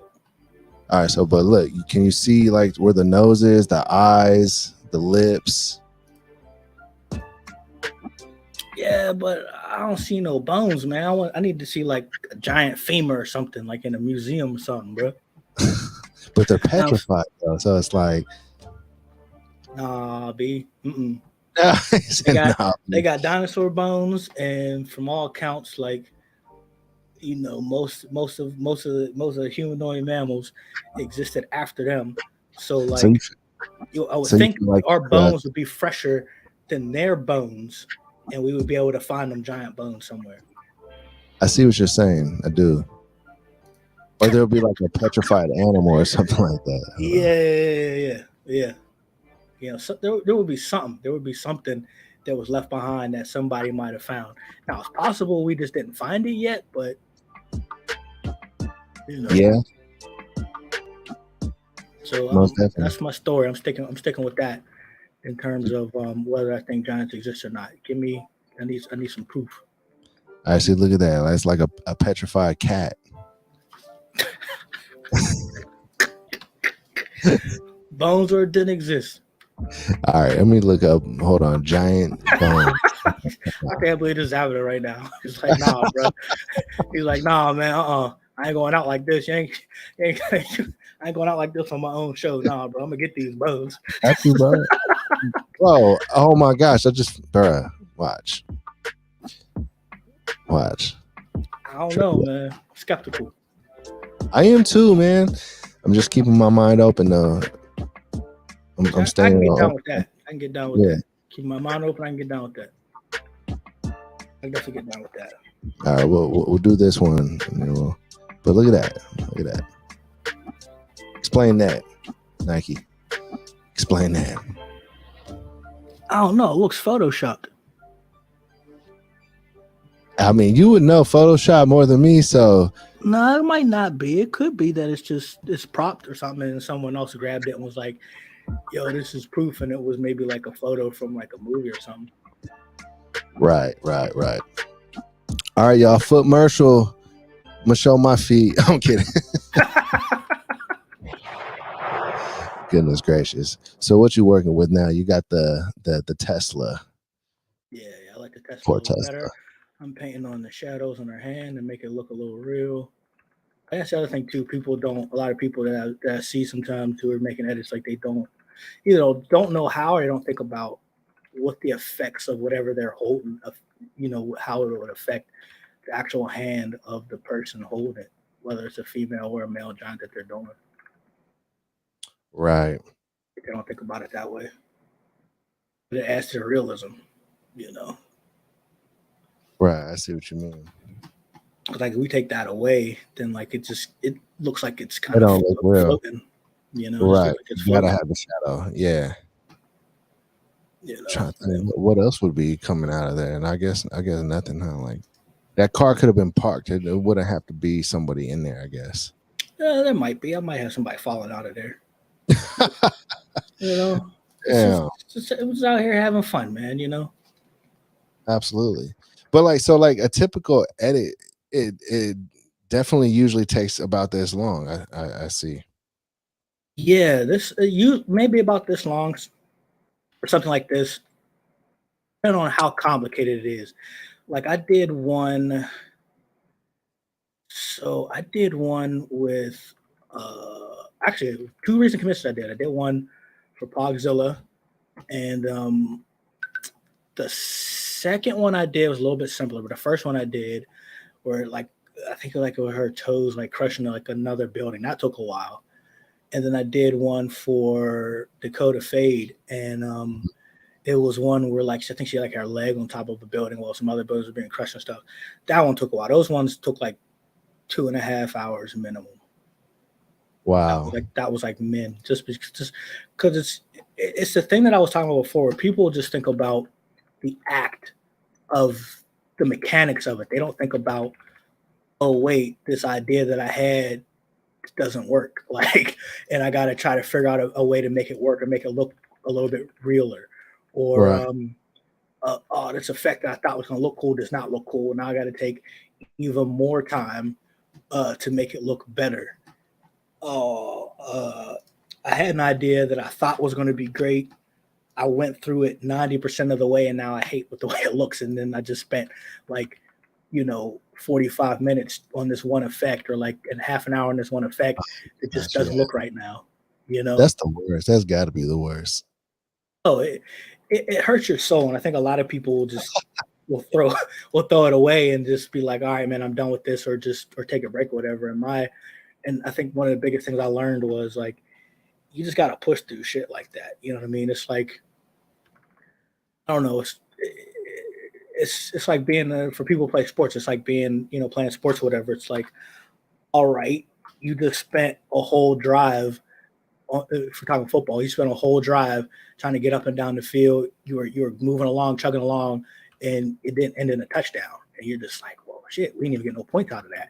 And it's just like it's just disheartening. But you got to finish the game. You know what I mean? Like you got to finish the game. That's another fucking gem. That's another NikeMD gem right there. Bro, you and your analogies go crazy. You gotta finish the game, bro. Like, and that's what it is. You just gotta push through. And I think other things that people do, they'll stop when, and I can only say people. I used to do this too. I would stop on a pick when it wasn't going the way I wanted it to go, and just feel like, nah, like it's just not going to come together, or it's not. It doesn't look as good as I thought it was going to look, or I wasn't able to pull it off the way I wanted to pull it off, and that'll keep me disheartened. And the thing I had to learn was, going back to the sports now, a win's a win, man. Did it get done? Does it look good? Cool. People don't know what you had in your head before it was created. They only know what you showed them at the end. So even if what you had in your head was way grander in scale and effects and everything than what you actually brought forth, they don't know that. Right. So they only see what you saw. Like there's some stuff that people have seen on my stuff where it may be like their favorite piece or whatever. And I hated it because it wasn't what I wanted at first, but I always knew that there's going to be somebody out there who might enjoy it, And like you said, you got to finish the game. Like whether you win by 50 points or you win by, a field goal, that the dub still counts. I'm sure there's also those times where you start a piece with low expectations and end up creating like the best thing that you've ever done. Oh, that happens a lot. That happens a lot. Not the best thing I've ever done, but like, it turns out way better than I thought it was. A lot of what I do is putting pieces together to see what'll work, and then I make my decision on whether to continue that piece to see if it'll work. Sometimes I'll put something together that may seem far fetched, and like like, and I don't think it was actually going to work, and I just put it together just to play around with it, and it ended up really, really working, and I did it. The last piece that happened on was that Dakota piece that I was just talking about, where I had put that thing together, and she had sent me some photos for something else. It was a different type of photo than what I was going to do, and the photos weren't really working. So like, I was like, all right, before I hit her up, because everybody's busy, before I hit her up, ask her to take some new photos for the commission or whatever, or see if she has some other photos for the commission. Let me see if she got something on her Twitter or whatever, and that would roll. And I'll say, hey, can I just use this one instead of the other ones that I thought that I said we were going to use. Right. So on Twitter, I found one, and I was like, this could be something, but I really don't know. And then I just put it over a couple different backgrounds. I was like, all right. And then like, I'm like, I still don't know, man. Like, I don't know. Probably should just hit her up, see if she can get another picture. And then like, I tried something else, and I I went a little further, and I was like, hey, like, we got a little something here. Like, so that happens a lot. That's why I tell people, like, you don't get to those spaces, you don't have those interactions, and that stuff doesn't happen unless you just get to work and you do shit. You know what I mean? Like, you're gonna fuck up. There's gonna be things that you don't like about what happened and how it happened and whatever, but you don't ever get those experiences unless you do shit, unless you get to work. Like, the only reason I can speak on any of this stuff from any level of confidence is because, like, I spent, like I said, I probably made like over 1,500 of these things already. So it's like, I know that means out of 1,500, there's maybe 2,000 or whatever, or like close to 2,000 that just didn't work. Like, not in total, close to maybe like not 2,000, but close to like 500 or so that didn't work. So will this piece right here end up on your Patreon? No, I'm probably gonna post it on my social media, and let people know I did it here and roll. Did it live on the POF pod. See if people, that's the other thing I've learned too, is the other thing that I picked up on is how to market myself better, and doing stuff like this, creating connections with people, putting work and stuff out there is always good stuff. Oh yeah, networking, collaborating, that's one of the best ways to get your work out there, man, is working with like-minded people. Or if there's, some kind of way that you can tie in both brands together, not just NikeMD and the POF pod, but just like for any brand for that matter, like, there's always ways to rub elbows and get it out there, man. That's just the way the world works, man. Definitely. But yeah, that's usually been my whole thing, man. It's try just buy anything once. Try to stay connected with people who are doing good stuff, and or about what you're about, and keep it moving. So is there any other giant, like in the genre of the Giantess world that you have ever worked with? That, like, other editors? Other editors, yeah. Not that I've worked with on a piece before. It's not something I never even thought about. But then also, like, with the way that I work, it all depends on, like, if they're using the same software, stuff like that. Because I know a lot of them don't use Photoshop. But if they do use Photoshop, I don't know how many use Creative CC, which is the cloud version, because some people just stick with the versions that they had before they started doing the cloud version. The last version you could just like purchase outright. So it may be on that standpoint, but it's something I never thought about. Definitely something I'd be open to exploring, but just something I never really thought about, because a lot of what I do is for specific reasons. Like, if I'm making a piece, it's for nowadays on my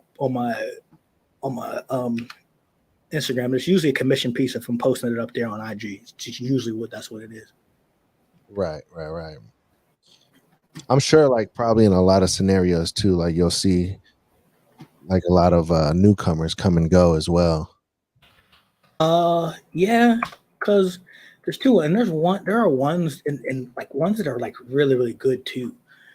And I understand it because it takes a lot of time. You put a lot of effort in. And we were talking about before, if you're not getting your due, some people can't handle that and they'll just stop. Yeah. And not everybody got this type of time when this is not making no money. You know what I mean? It takes a lot of time. If this ain't making, and that was one of the other reasons why I wanted to start making money off of this, because I wanted to do it more. And I couldn't justify that.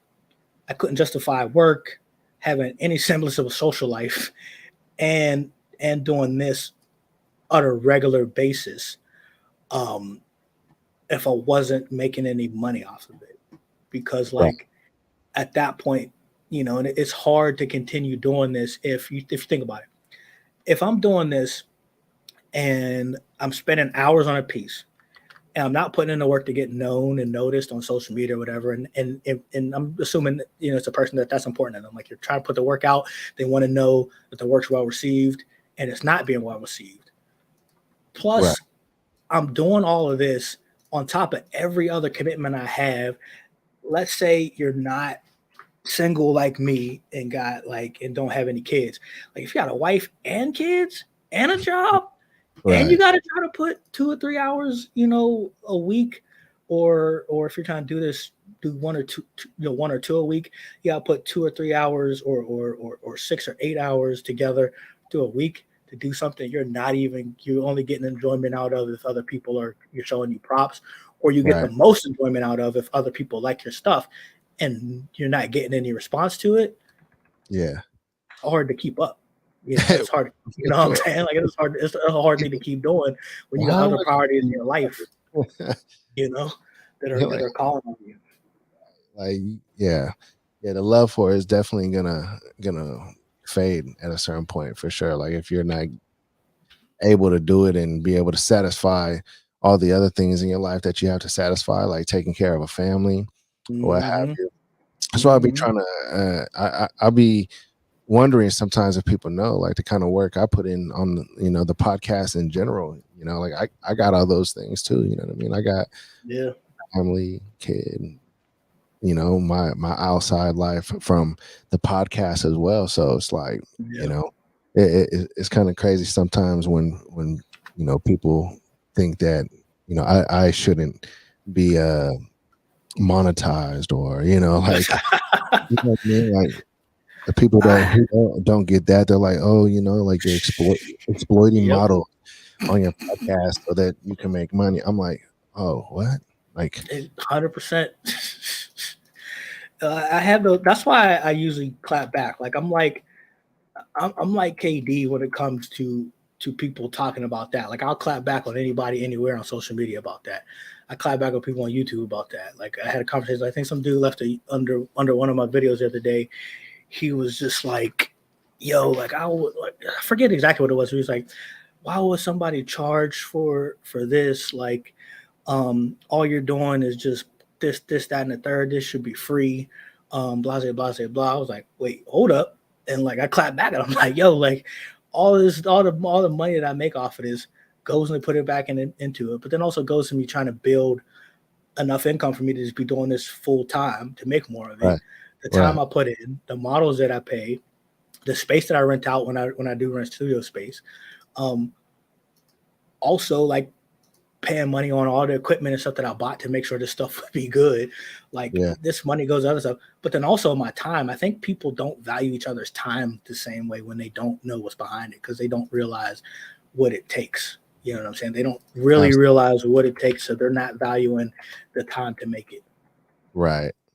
No, that's exactly what it is, man. That's exactly what it is. I'm just like, wait, so like, is that how you guys saw Hugh Hefner too for having Playboy Night? You know what I mean? Like, bro. Like, at the end of the day, like, everybody's just, you know, rubbing elbows and you know, boosting each other up, you know, and in a lot of ways, that's what the podcast is. It's to boost the model up, is to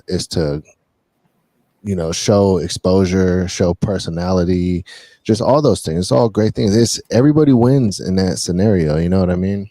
Mm-hmm. No, 100%, man.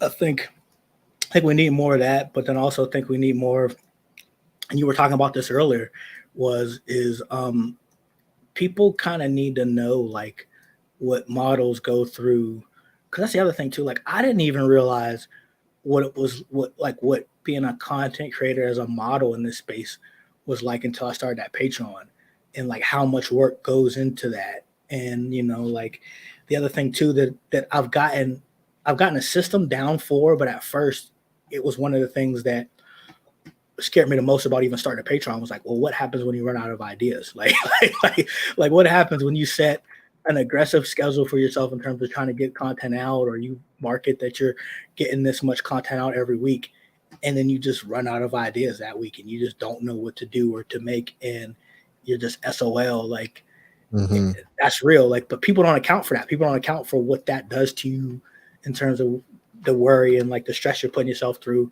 Always trying to make sure stuff is good. Always trying to make sure stuff looks good. Like it's almost like they treat you like a lot of us treated our parents as kids. Like they just assume all this shit just happens. Like you know what I mean? Like you ain't seeing like your mom or your pops like at some job they hated to make sure you were able to get those new sneakers that you wanted. They, they didn't see your mom or your pops like waiting in line to get that toy you wanted for Christmas while they got to elbow some other people. Like like they don't see all that. It's almost like they think about it that way. How many times I had Mama Goodz mad at me, hangry, wanting to eat, but I'm like, no, I gotta make this thumbnail, babe. You know what I mean? I'm serious, man. No, I'll be there in a sec. I gotta get this done.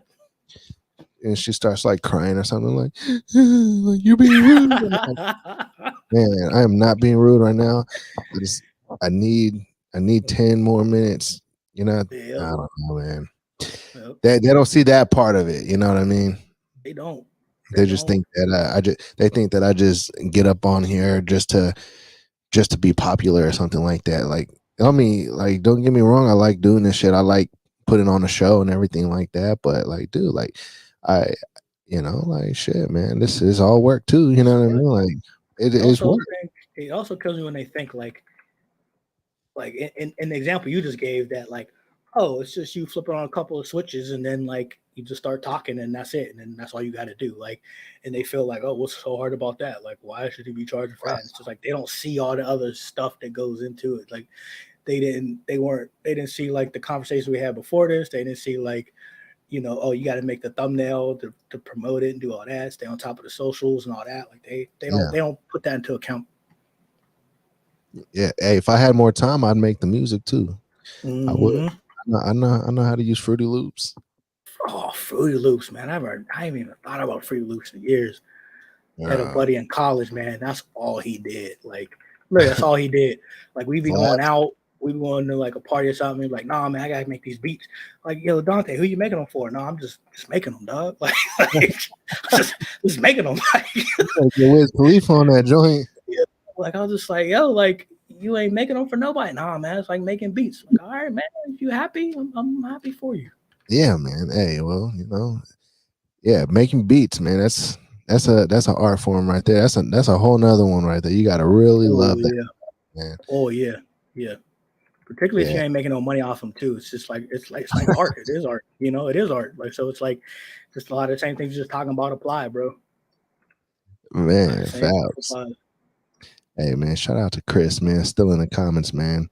You are like one of the loyalist listeners, man. We've had a drop off in live viewers, but we're still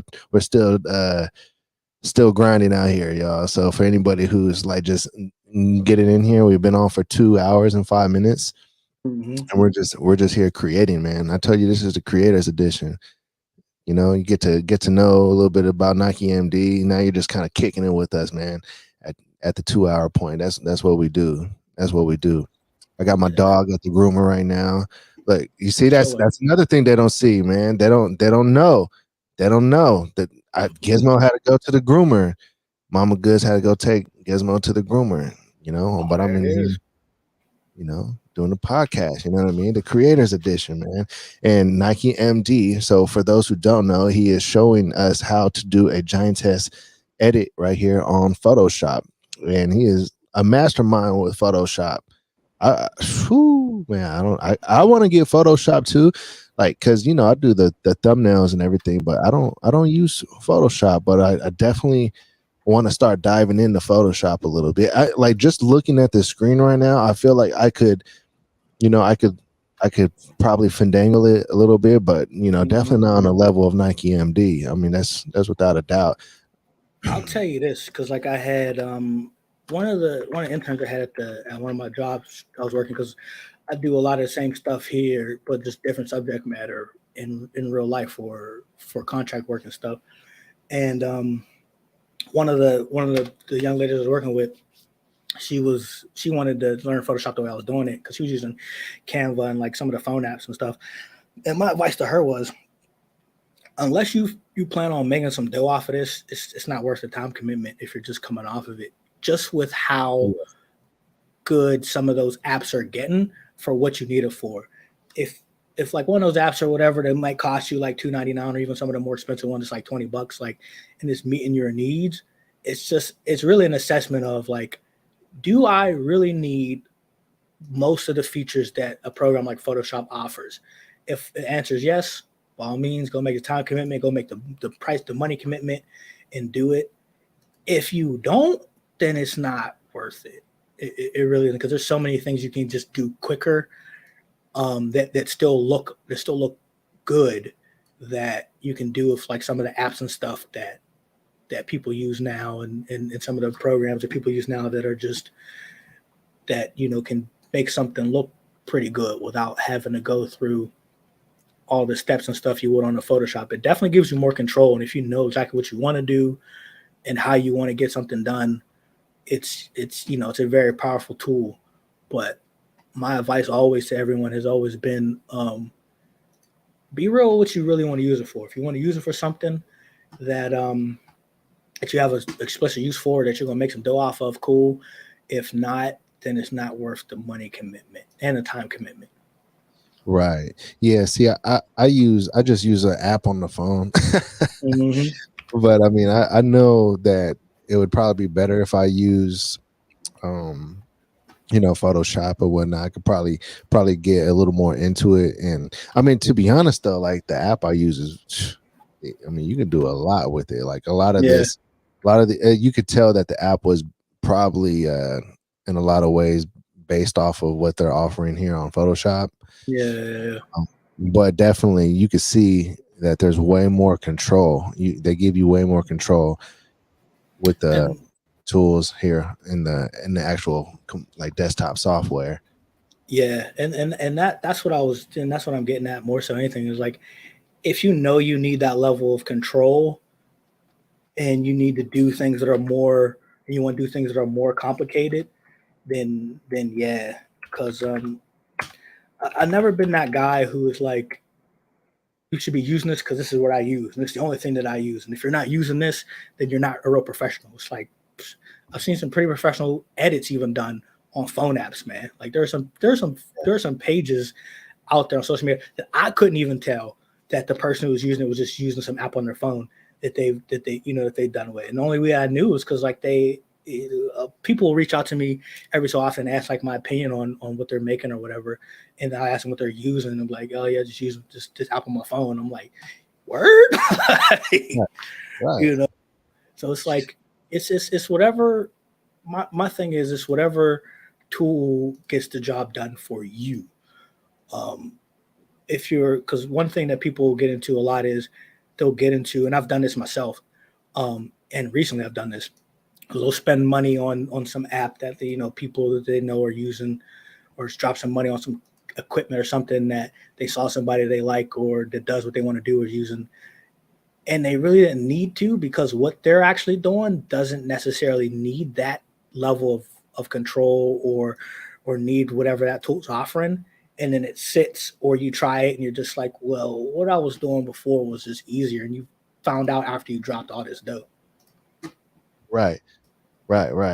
No, that's true right there. That's true. That's true. I mean, yeah. I mean, sometimes you could just get it done with simple apps, and you don't have to spend the money or whatever. Or, but even though like some of the good ones, you do got to pay like a monthly fee or something like that. Because the one I use there's a monthly fee of it. Oh, okay, yeah. Yeah, there's a monthly fee, but I don't know, man. Like, but just like you said, with like just getting work done in general, like you start using something and you can like finesse any of these photo editing apps or softwares at the end of the Oh day. yeah. If you use it enough, like you'll Oh yeah, you can do a lot. You can do a lot. That's where I got to a Photoshop where I've used it for so long that I can do just about anything that I need to do in the software. And if I can't, like I can utilize just about any type of tutorial because I know I know the baseline behind it. Like I know the principles behind how the software works, stuff like that. And it's just been worth it for me over the years to do that. At first, when I first started using Photoshop, it wasn't like I wasn't doing enough to utilize the power of it. But at the time, it's the industry standard. That's what everybody used. So that's what I used. And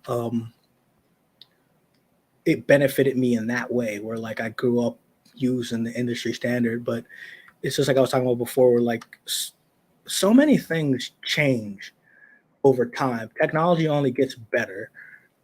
Software only gets better.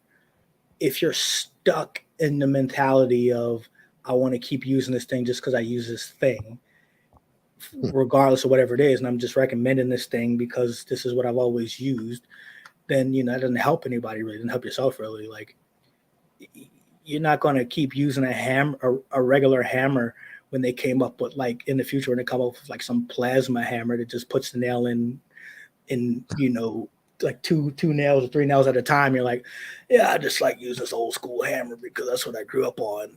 And like you're losing jobs and stuff because you can't get it done as fast as the people using the futuristic hammers. Just like right. Always kind of be real what's out there and what you're using it for and try to pick the right tool for the job. Because right now I spent like $600 on this gimbal for my camera that I thought at the time I was going to use like all the time. I've used that gimbal for maybe like 3 videos. Like the vast majority of the videos I make, I do not use that gimbal. And like to the point where like I'm starting to get a little hot about it. Like I'm starting to get it's a little hot that I don't use that thing as much as I thought I would. So like I'm now trying to find different ways in which to use it. But that was a $600 lesson that I probably didn't need to spend $600 on. Not gonna lie, I don't even know what a gimbal is. It just sounds funny. It's one of those things that stabilizes the camera. Like you see bigger versions of it, like in Hollywood movies, where like they have a camera, or like even on football, where they'll have a camera like on this apparatus they're holding it in, and it's attached to their hip or their back or something. That's like a high end gimbal. It keeps the camera smooth and from not shaking and moving around a lot. Gotcha. Okay, so it's okay. Yeah, I think I've been actually wanting a gimbal then because there's like but probably like a smaller one that you can hold with 2 hands type of deal. Yeah, that's the one I got. I got a Ronin RS2, and it's made by DJI. So if people are interested, they can look that up.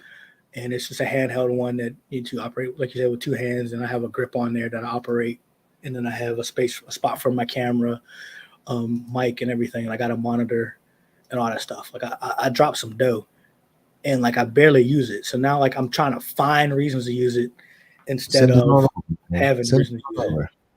Nah, bro, it don't work that way, man. If you send $600 over because that thing is basically brand new, then I got you. But hey, man, look, man, no, it's secondhand use, man. Like it's used, man. I'll give you $450. All right, no. My guy. Nah, Russ. Like I said, that's not how it works, man. Like I said, like I'm also a stubborn person, so I'm gonna find some way to use that dip, man. Like you're a it's like businessman. You're a businessman. I'm gonna find some way to use it. Like I basically use the way I've used it so far is for like POV stuff, videos that I make where I don't want the camera moving so much because like unless you're like really twisting and turning your head super quick, You don't move your head around and your eyes don't move around because your eyes have built-in natural image stabilization that you'll find when you're just operating a camera without it. So it sometimes feels a little off if you're trying to pretend like the camera's a person. So those are the videos I've used it for with success. So Word. And some panning shots too that I've used them on. I think this might be the last edition, man. We might be done. Almost done with this, Sean. Wow. We almost have a finished NikeMD piece live on the Creators Edition #1. I am actually really astonished by how dope this is. It came out. I appreciate that. Yeah. Damn, man, look at that guy. He's going through it. That guy, man. You know, he's just like, it's one of those things where it's like fight or flight, man. And his fight or flight didn't kick in, man. He just froze. It was just like he froze. Just chill, bro. He's like, this is it. He was already done with life, probably. He was like, oh, yeah, that's right for him. Yeah. He didn't have any hope to begin with, so he just said, you know what? Let me just. He's like, I'm waiting for it. You know. He's waiting for the demise right there. That's what it looks like. I feel like me in that situation, I probably would have stepped on the gas pretty hard and try to like swerve out the way or something. Yeah. But, it's always easy to say what you would have done in a situation, but it really is always. And like, I think a lot of us think we'll do a lot more than we actually would do. And I ain't knocking the people who actually will do the stuff they're saying. I just think a lot of us think that way. I think that way. I think I'll do way more than I actually would in a crisis situation than I actually would do. I hate it when people like say like, oh, I would have whooped that dude's ass. Like, first of all, you don't know how to fight. Never seen you in a fight before, It is always those people. It's always the people that you're just like a little suspect on whether they can throw hands or not, that are saying that. Like people in the group that's just like, bro, like I don't think I've ever seen you fight one time. Like you talking about how you gonna mess this guy up. Like I don't even know if you got hands, bro. Like I saw a meme one day. It was like typical dude who says that he'll beat somebody's ass, and then it showed like a picture and it said because he actually did some kind of like not martial arts, but like boxing training or some kind of trained fighting, or because he says that people don't know his temper and you don't know me, bro, when I get to those levels. And it's like, it said that that's always the reason why they say that people don't want to mess with them. It's not even there was a video years ago. I think this might even been before like IG or whatever, because I don't remember where I saw it, but I could be wrong. But it was these teenagers who were like in this parking garage. They were just like making some trouble with this dude and his dude and his girlfriend. It was this white dude. He looked really square. Like he looked like he, like he one of those dudes just like you could push over or whatever. And they were just getting in his face. But like he wasn't reacting. Like he didn't back down. He was standing with his chest up. And the guy's like in his face, like close up. And I'm thinking like, if I was in that group, I'm like, yeah, we not fucking with that dude. Like we're not fucking with this dude. Like you in his face talking all this stuff. He's not saying a word. And then one of the guys was like hyping this boy up. The guy was doing the thing. It's like, yo, you need to beat his ass, dog. You need to beat his ass. And the guy was getting himself hyped. I'm like, yeah, I think I do. He was taking his shirt off, flexing all this stuff. The dude was just standing there the whole time. Then this guy gets in this martial arts stance, and then like solid. He hasn't said anything this whole time. Like it was like he was waiting for it to get to this point. Like he told the girl to wait behind the car. That's the only thing I think he said in the video. And then he proceeds to whip this dude's ass in a way I don't think I've ever seen any just random dude off the street whip another random dude off the street's ass, bro. Like it was like some Jackie Chan. Like he was deflecting every hit. He caught him a couple times in the stomach, once in the chest, and like would like back up a little bit every once in a while to just be like, "You done? Like you good?" And the dude kept coming because his boys, his boys were egging him on. So I feel like he had to keep going, and he just was getting his ass beat repeatedly. And it was just Oh, like, it's shit. always those dudes who don't say shit that be the ones that are just like, all Yeah, right, like doing this, we doing this. Like, why are the we talking ones. about it? You Because know? people that know how to fight, they don't feel like they got to prove themselves. No, not at They all. only fight to either A, protect themselves, or Mhm. actually, that's always the reason, to protect themselves or their family. Protect them or theirs, man. 100%. Yeah. That's Yep. why people learn how to fight in general, to do those things. Oh, look, he's going through the folder, everybody. Sneak peeks. You know what? I'll show y'all since we on here. I'll show y'all once I put this logo on here. I'll show y'all a couple of recent pictures I did from my Patreon, so people get a little peek. One of them was like Definitely. probably one of my favorite ones I've done in a very, very long time, and it was one of those ones that kind of started with like, I don't know if this is going to work, and I started working with it, and then the concept came to me to do what I did with it. So I'll pull that up before we get out. Definitely. There it is, the NikeMD logo. I have it all over the screen too. Shout out NikeMD. Put that drawing right there. I think I'm gonna Uh, show this to Sunday too. I think it's the first edit I've done of her. So really? this would be super. Yeah, I think she'll be super into it. Come be on the podcast Sunday. I'll let her know. We'll see. She'll be interesting because like she doesn't do any type of foot modeling now or any type of this type of modeling like outside of working with me. Like this is the only Oh, person she does it with. So like, and like she'd only done like a couple of shoots with another photographer before, and then they never used the stuff, and that was their only experience if I'm remembering it correct. So it'd be interesting to get her perspective from someone who doesn't do this on the reg, Yeah, no, totally. Yeah, no, I'm definitely trying to get more into having, just everybody on the podcast in general. It doesn't have to be somebody who does it on the regular. You know what I mean? Like, I don't know if Here's you've what I'm seen. talking about. Yeah, let's see it. Oh, damn, that's crazy. Yeah, And this was one that I didn't know was going to be a thing until I tried it out. It took me a while to find the picture of the office, and then I'd add the paper, the card, and all that stuff, and that is wild right there. And like, just from being a witness of this this process from the last one that you did on screen, like, I know now that like every little detail that I see, you inserted that.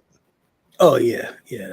Paint on That's the wild. shadows, blurring everything. Shadows here for this dude, adding shadow to the car. My man's in there. Like it's a lot. It's a lot. But it's just like anything. Once you get to work on it, that's from another video.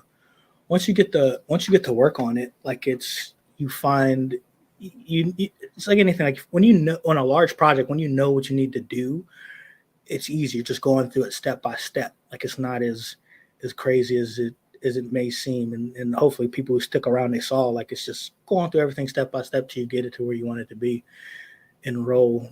But a lot of that comes from years of trial and error and knowing what I needed to do. Like in the past, like 10 years ago, hands down, I wouldn't have been able to make this. This wouldn't have been a possibility. This one wouldn't have existed. Wouldn't have been able to make it.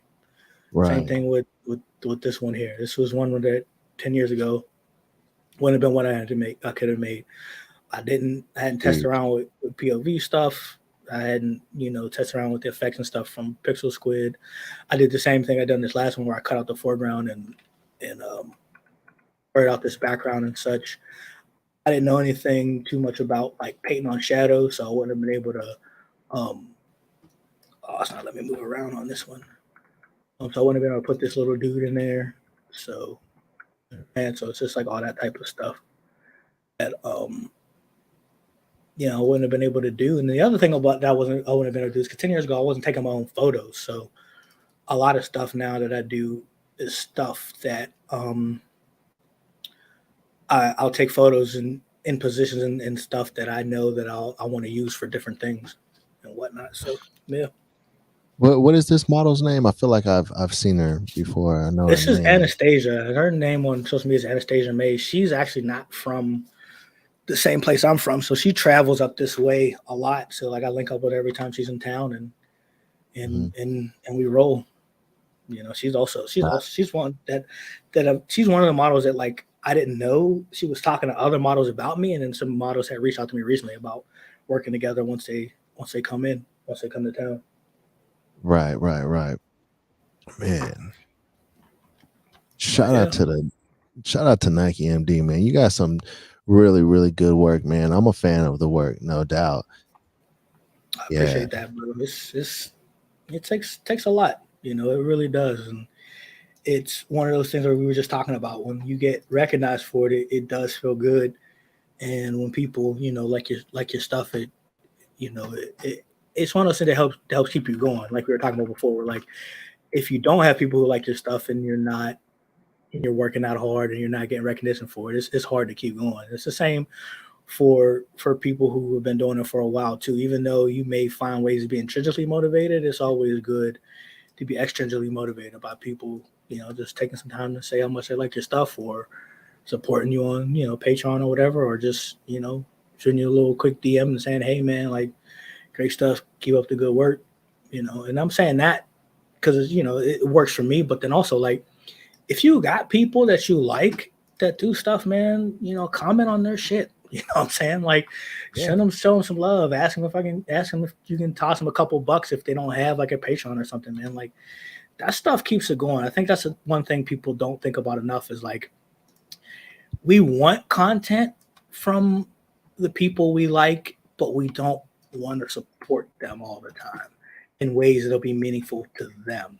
We want to support them on our terms by like, oh, we tossed them a like, that should be good enough. Or, oh, I chose to look at this or whatever, that should be good enough. When it's like, well, no, man, toss them a couple dollars and get a coffee, you know, like, and they know that that couple of dollars came from their art. Like, how do you think that makes them feel? You know what I mean? Like, they love doing it. Plus, incredible, man. You know, 100%. No, that's an incredible feeling to feel appreciated for the work that you do. So totally. And I think a lot of times too, for the people who love the content is you got to also remember that a lot of these creators too, like a lot of times they don't want to ask for their supporters to contribute, even though they would love it. They don't, a lot of times they're too proud to say it as well, you know. Like, not even that. It took me a long time to get to the point where I started a Patreon, not only just because, you know,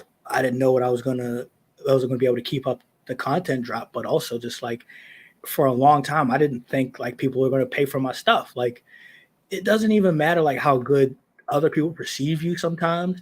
If you don't think your stuff is good enough to be, you know, for people to pay for, then you can't convince that person to ask for it, you know. It wasn't until people told me a lot of, you know, I heard it from a couple of different people, not a couple of different people, but lots of different people in multiple arenas that they thought my work was that good, that I even started thinking that way on a real basis, you know, before I actually started thinking to charge for it, and then charging what I do charge for. Because like, you know, at one point I even raised the price of what I was charging on my Patreon. And like I went back and forth on that, but it's one of those things where if you put the work in and you know you put the work in, and that goes to what I was talking about before, if you're really putting the work in, you know you do, it makes it easier for you to get to the point where you charge for it and you feel good about it. But then also it gets to the point where it makes it easier for you to defend your stuff, you know, and say, you know what, no, like I do need that money. It also makes it easier for you to say, you know what, like this, I said this a couple times to people, like, well, if you're not willing to drop $8 for a month's worth of my content, then my content might not be for you. That's cool with me, man. You can keep it moving, like, you know. But it took me a long time to get to that point where it's like, not everybody's money is good money, and not every dollar is worth chasing because it just takes too much work to get it. Like, so dropping another bomb. NikeMD, man, just too many gems, man. That's NikeMD gems. That should be your next. You should start another IG, NikeMD gems, bro. And I'm gonna just take like 20 quotes off this podcast and just put them up on there. Just meme them, yeah. Just meme them, and then we're gonna add some inspirational music behind some of the clips. Bro, we got gold. But Look at us, creators creating, everybody, man. Shout out to that. Well, shit, man. Thank you so much, bro, for coming on here and sharing with us the process of creating an edit. I mean, it's incredible, man. You do a great job, bro. And I think that if you are watching this and think that you love this work as well, you should definitely check out his Patreon at patreon.com/NikeMD art. That's how you say it, right? Or is it like Nike M Dart? no, yeah, NikeMD art. Yep. Okay. I know that was a ridiculous question. I don't know. I'm just looking at it right now. Like, it could have been, though. I'm just saying. Well, shoot, man. Keep up the great work. And thank you, man, for being on the number one podcast on the internet. Thank you for being on the first Creators Edition pod here on the POF Pod, man. Not a problem, man. Anytime, bro. Definitely down to do it whenever. Awesome. Well, for everybody tuning in right now, once again, go check out patreon.com/NikeMDR if you want to see more of this work. And as you all can see, it is incredible. We got Sunday on the screen right there. I'm sure you could probably see more on the patreon.com as well of Sunday, correct? Oh, definitely. And hit up my IG, check her out at Sunday Dawn with 2 W's. So Sunday DAWWN on IG, man. And just look at her just normal modeling stuff, man. She's super talented, super cool person. Definitely worth the support.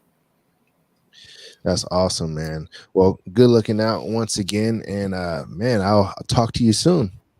Most def, bro. Appreciate it. You got it, bro. All right, everybody. I will holla at you next podcast episode. And I don't even know when that is right now. It's probably like tonight for all I know, or tomorrow. Never any time. I can't even keep up with it anymore. So, just saying. All right, everybody. Until next one. NikeMD art. Daddy Goodz out.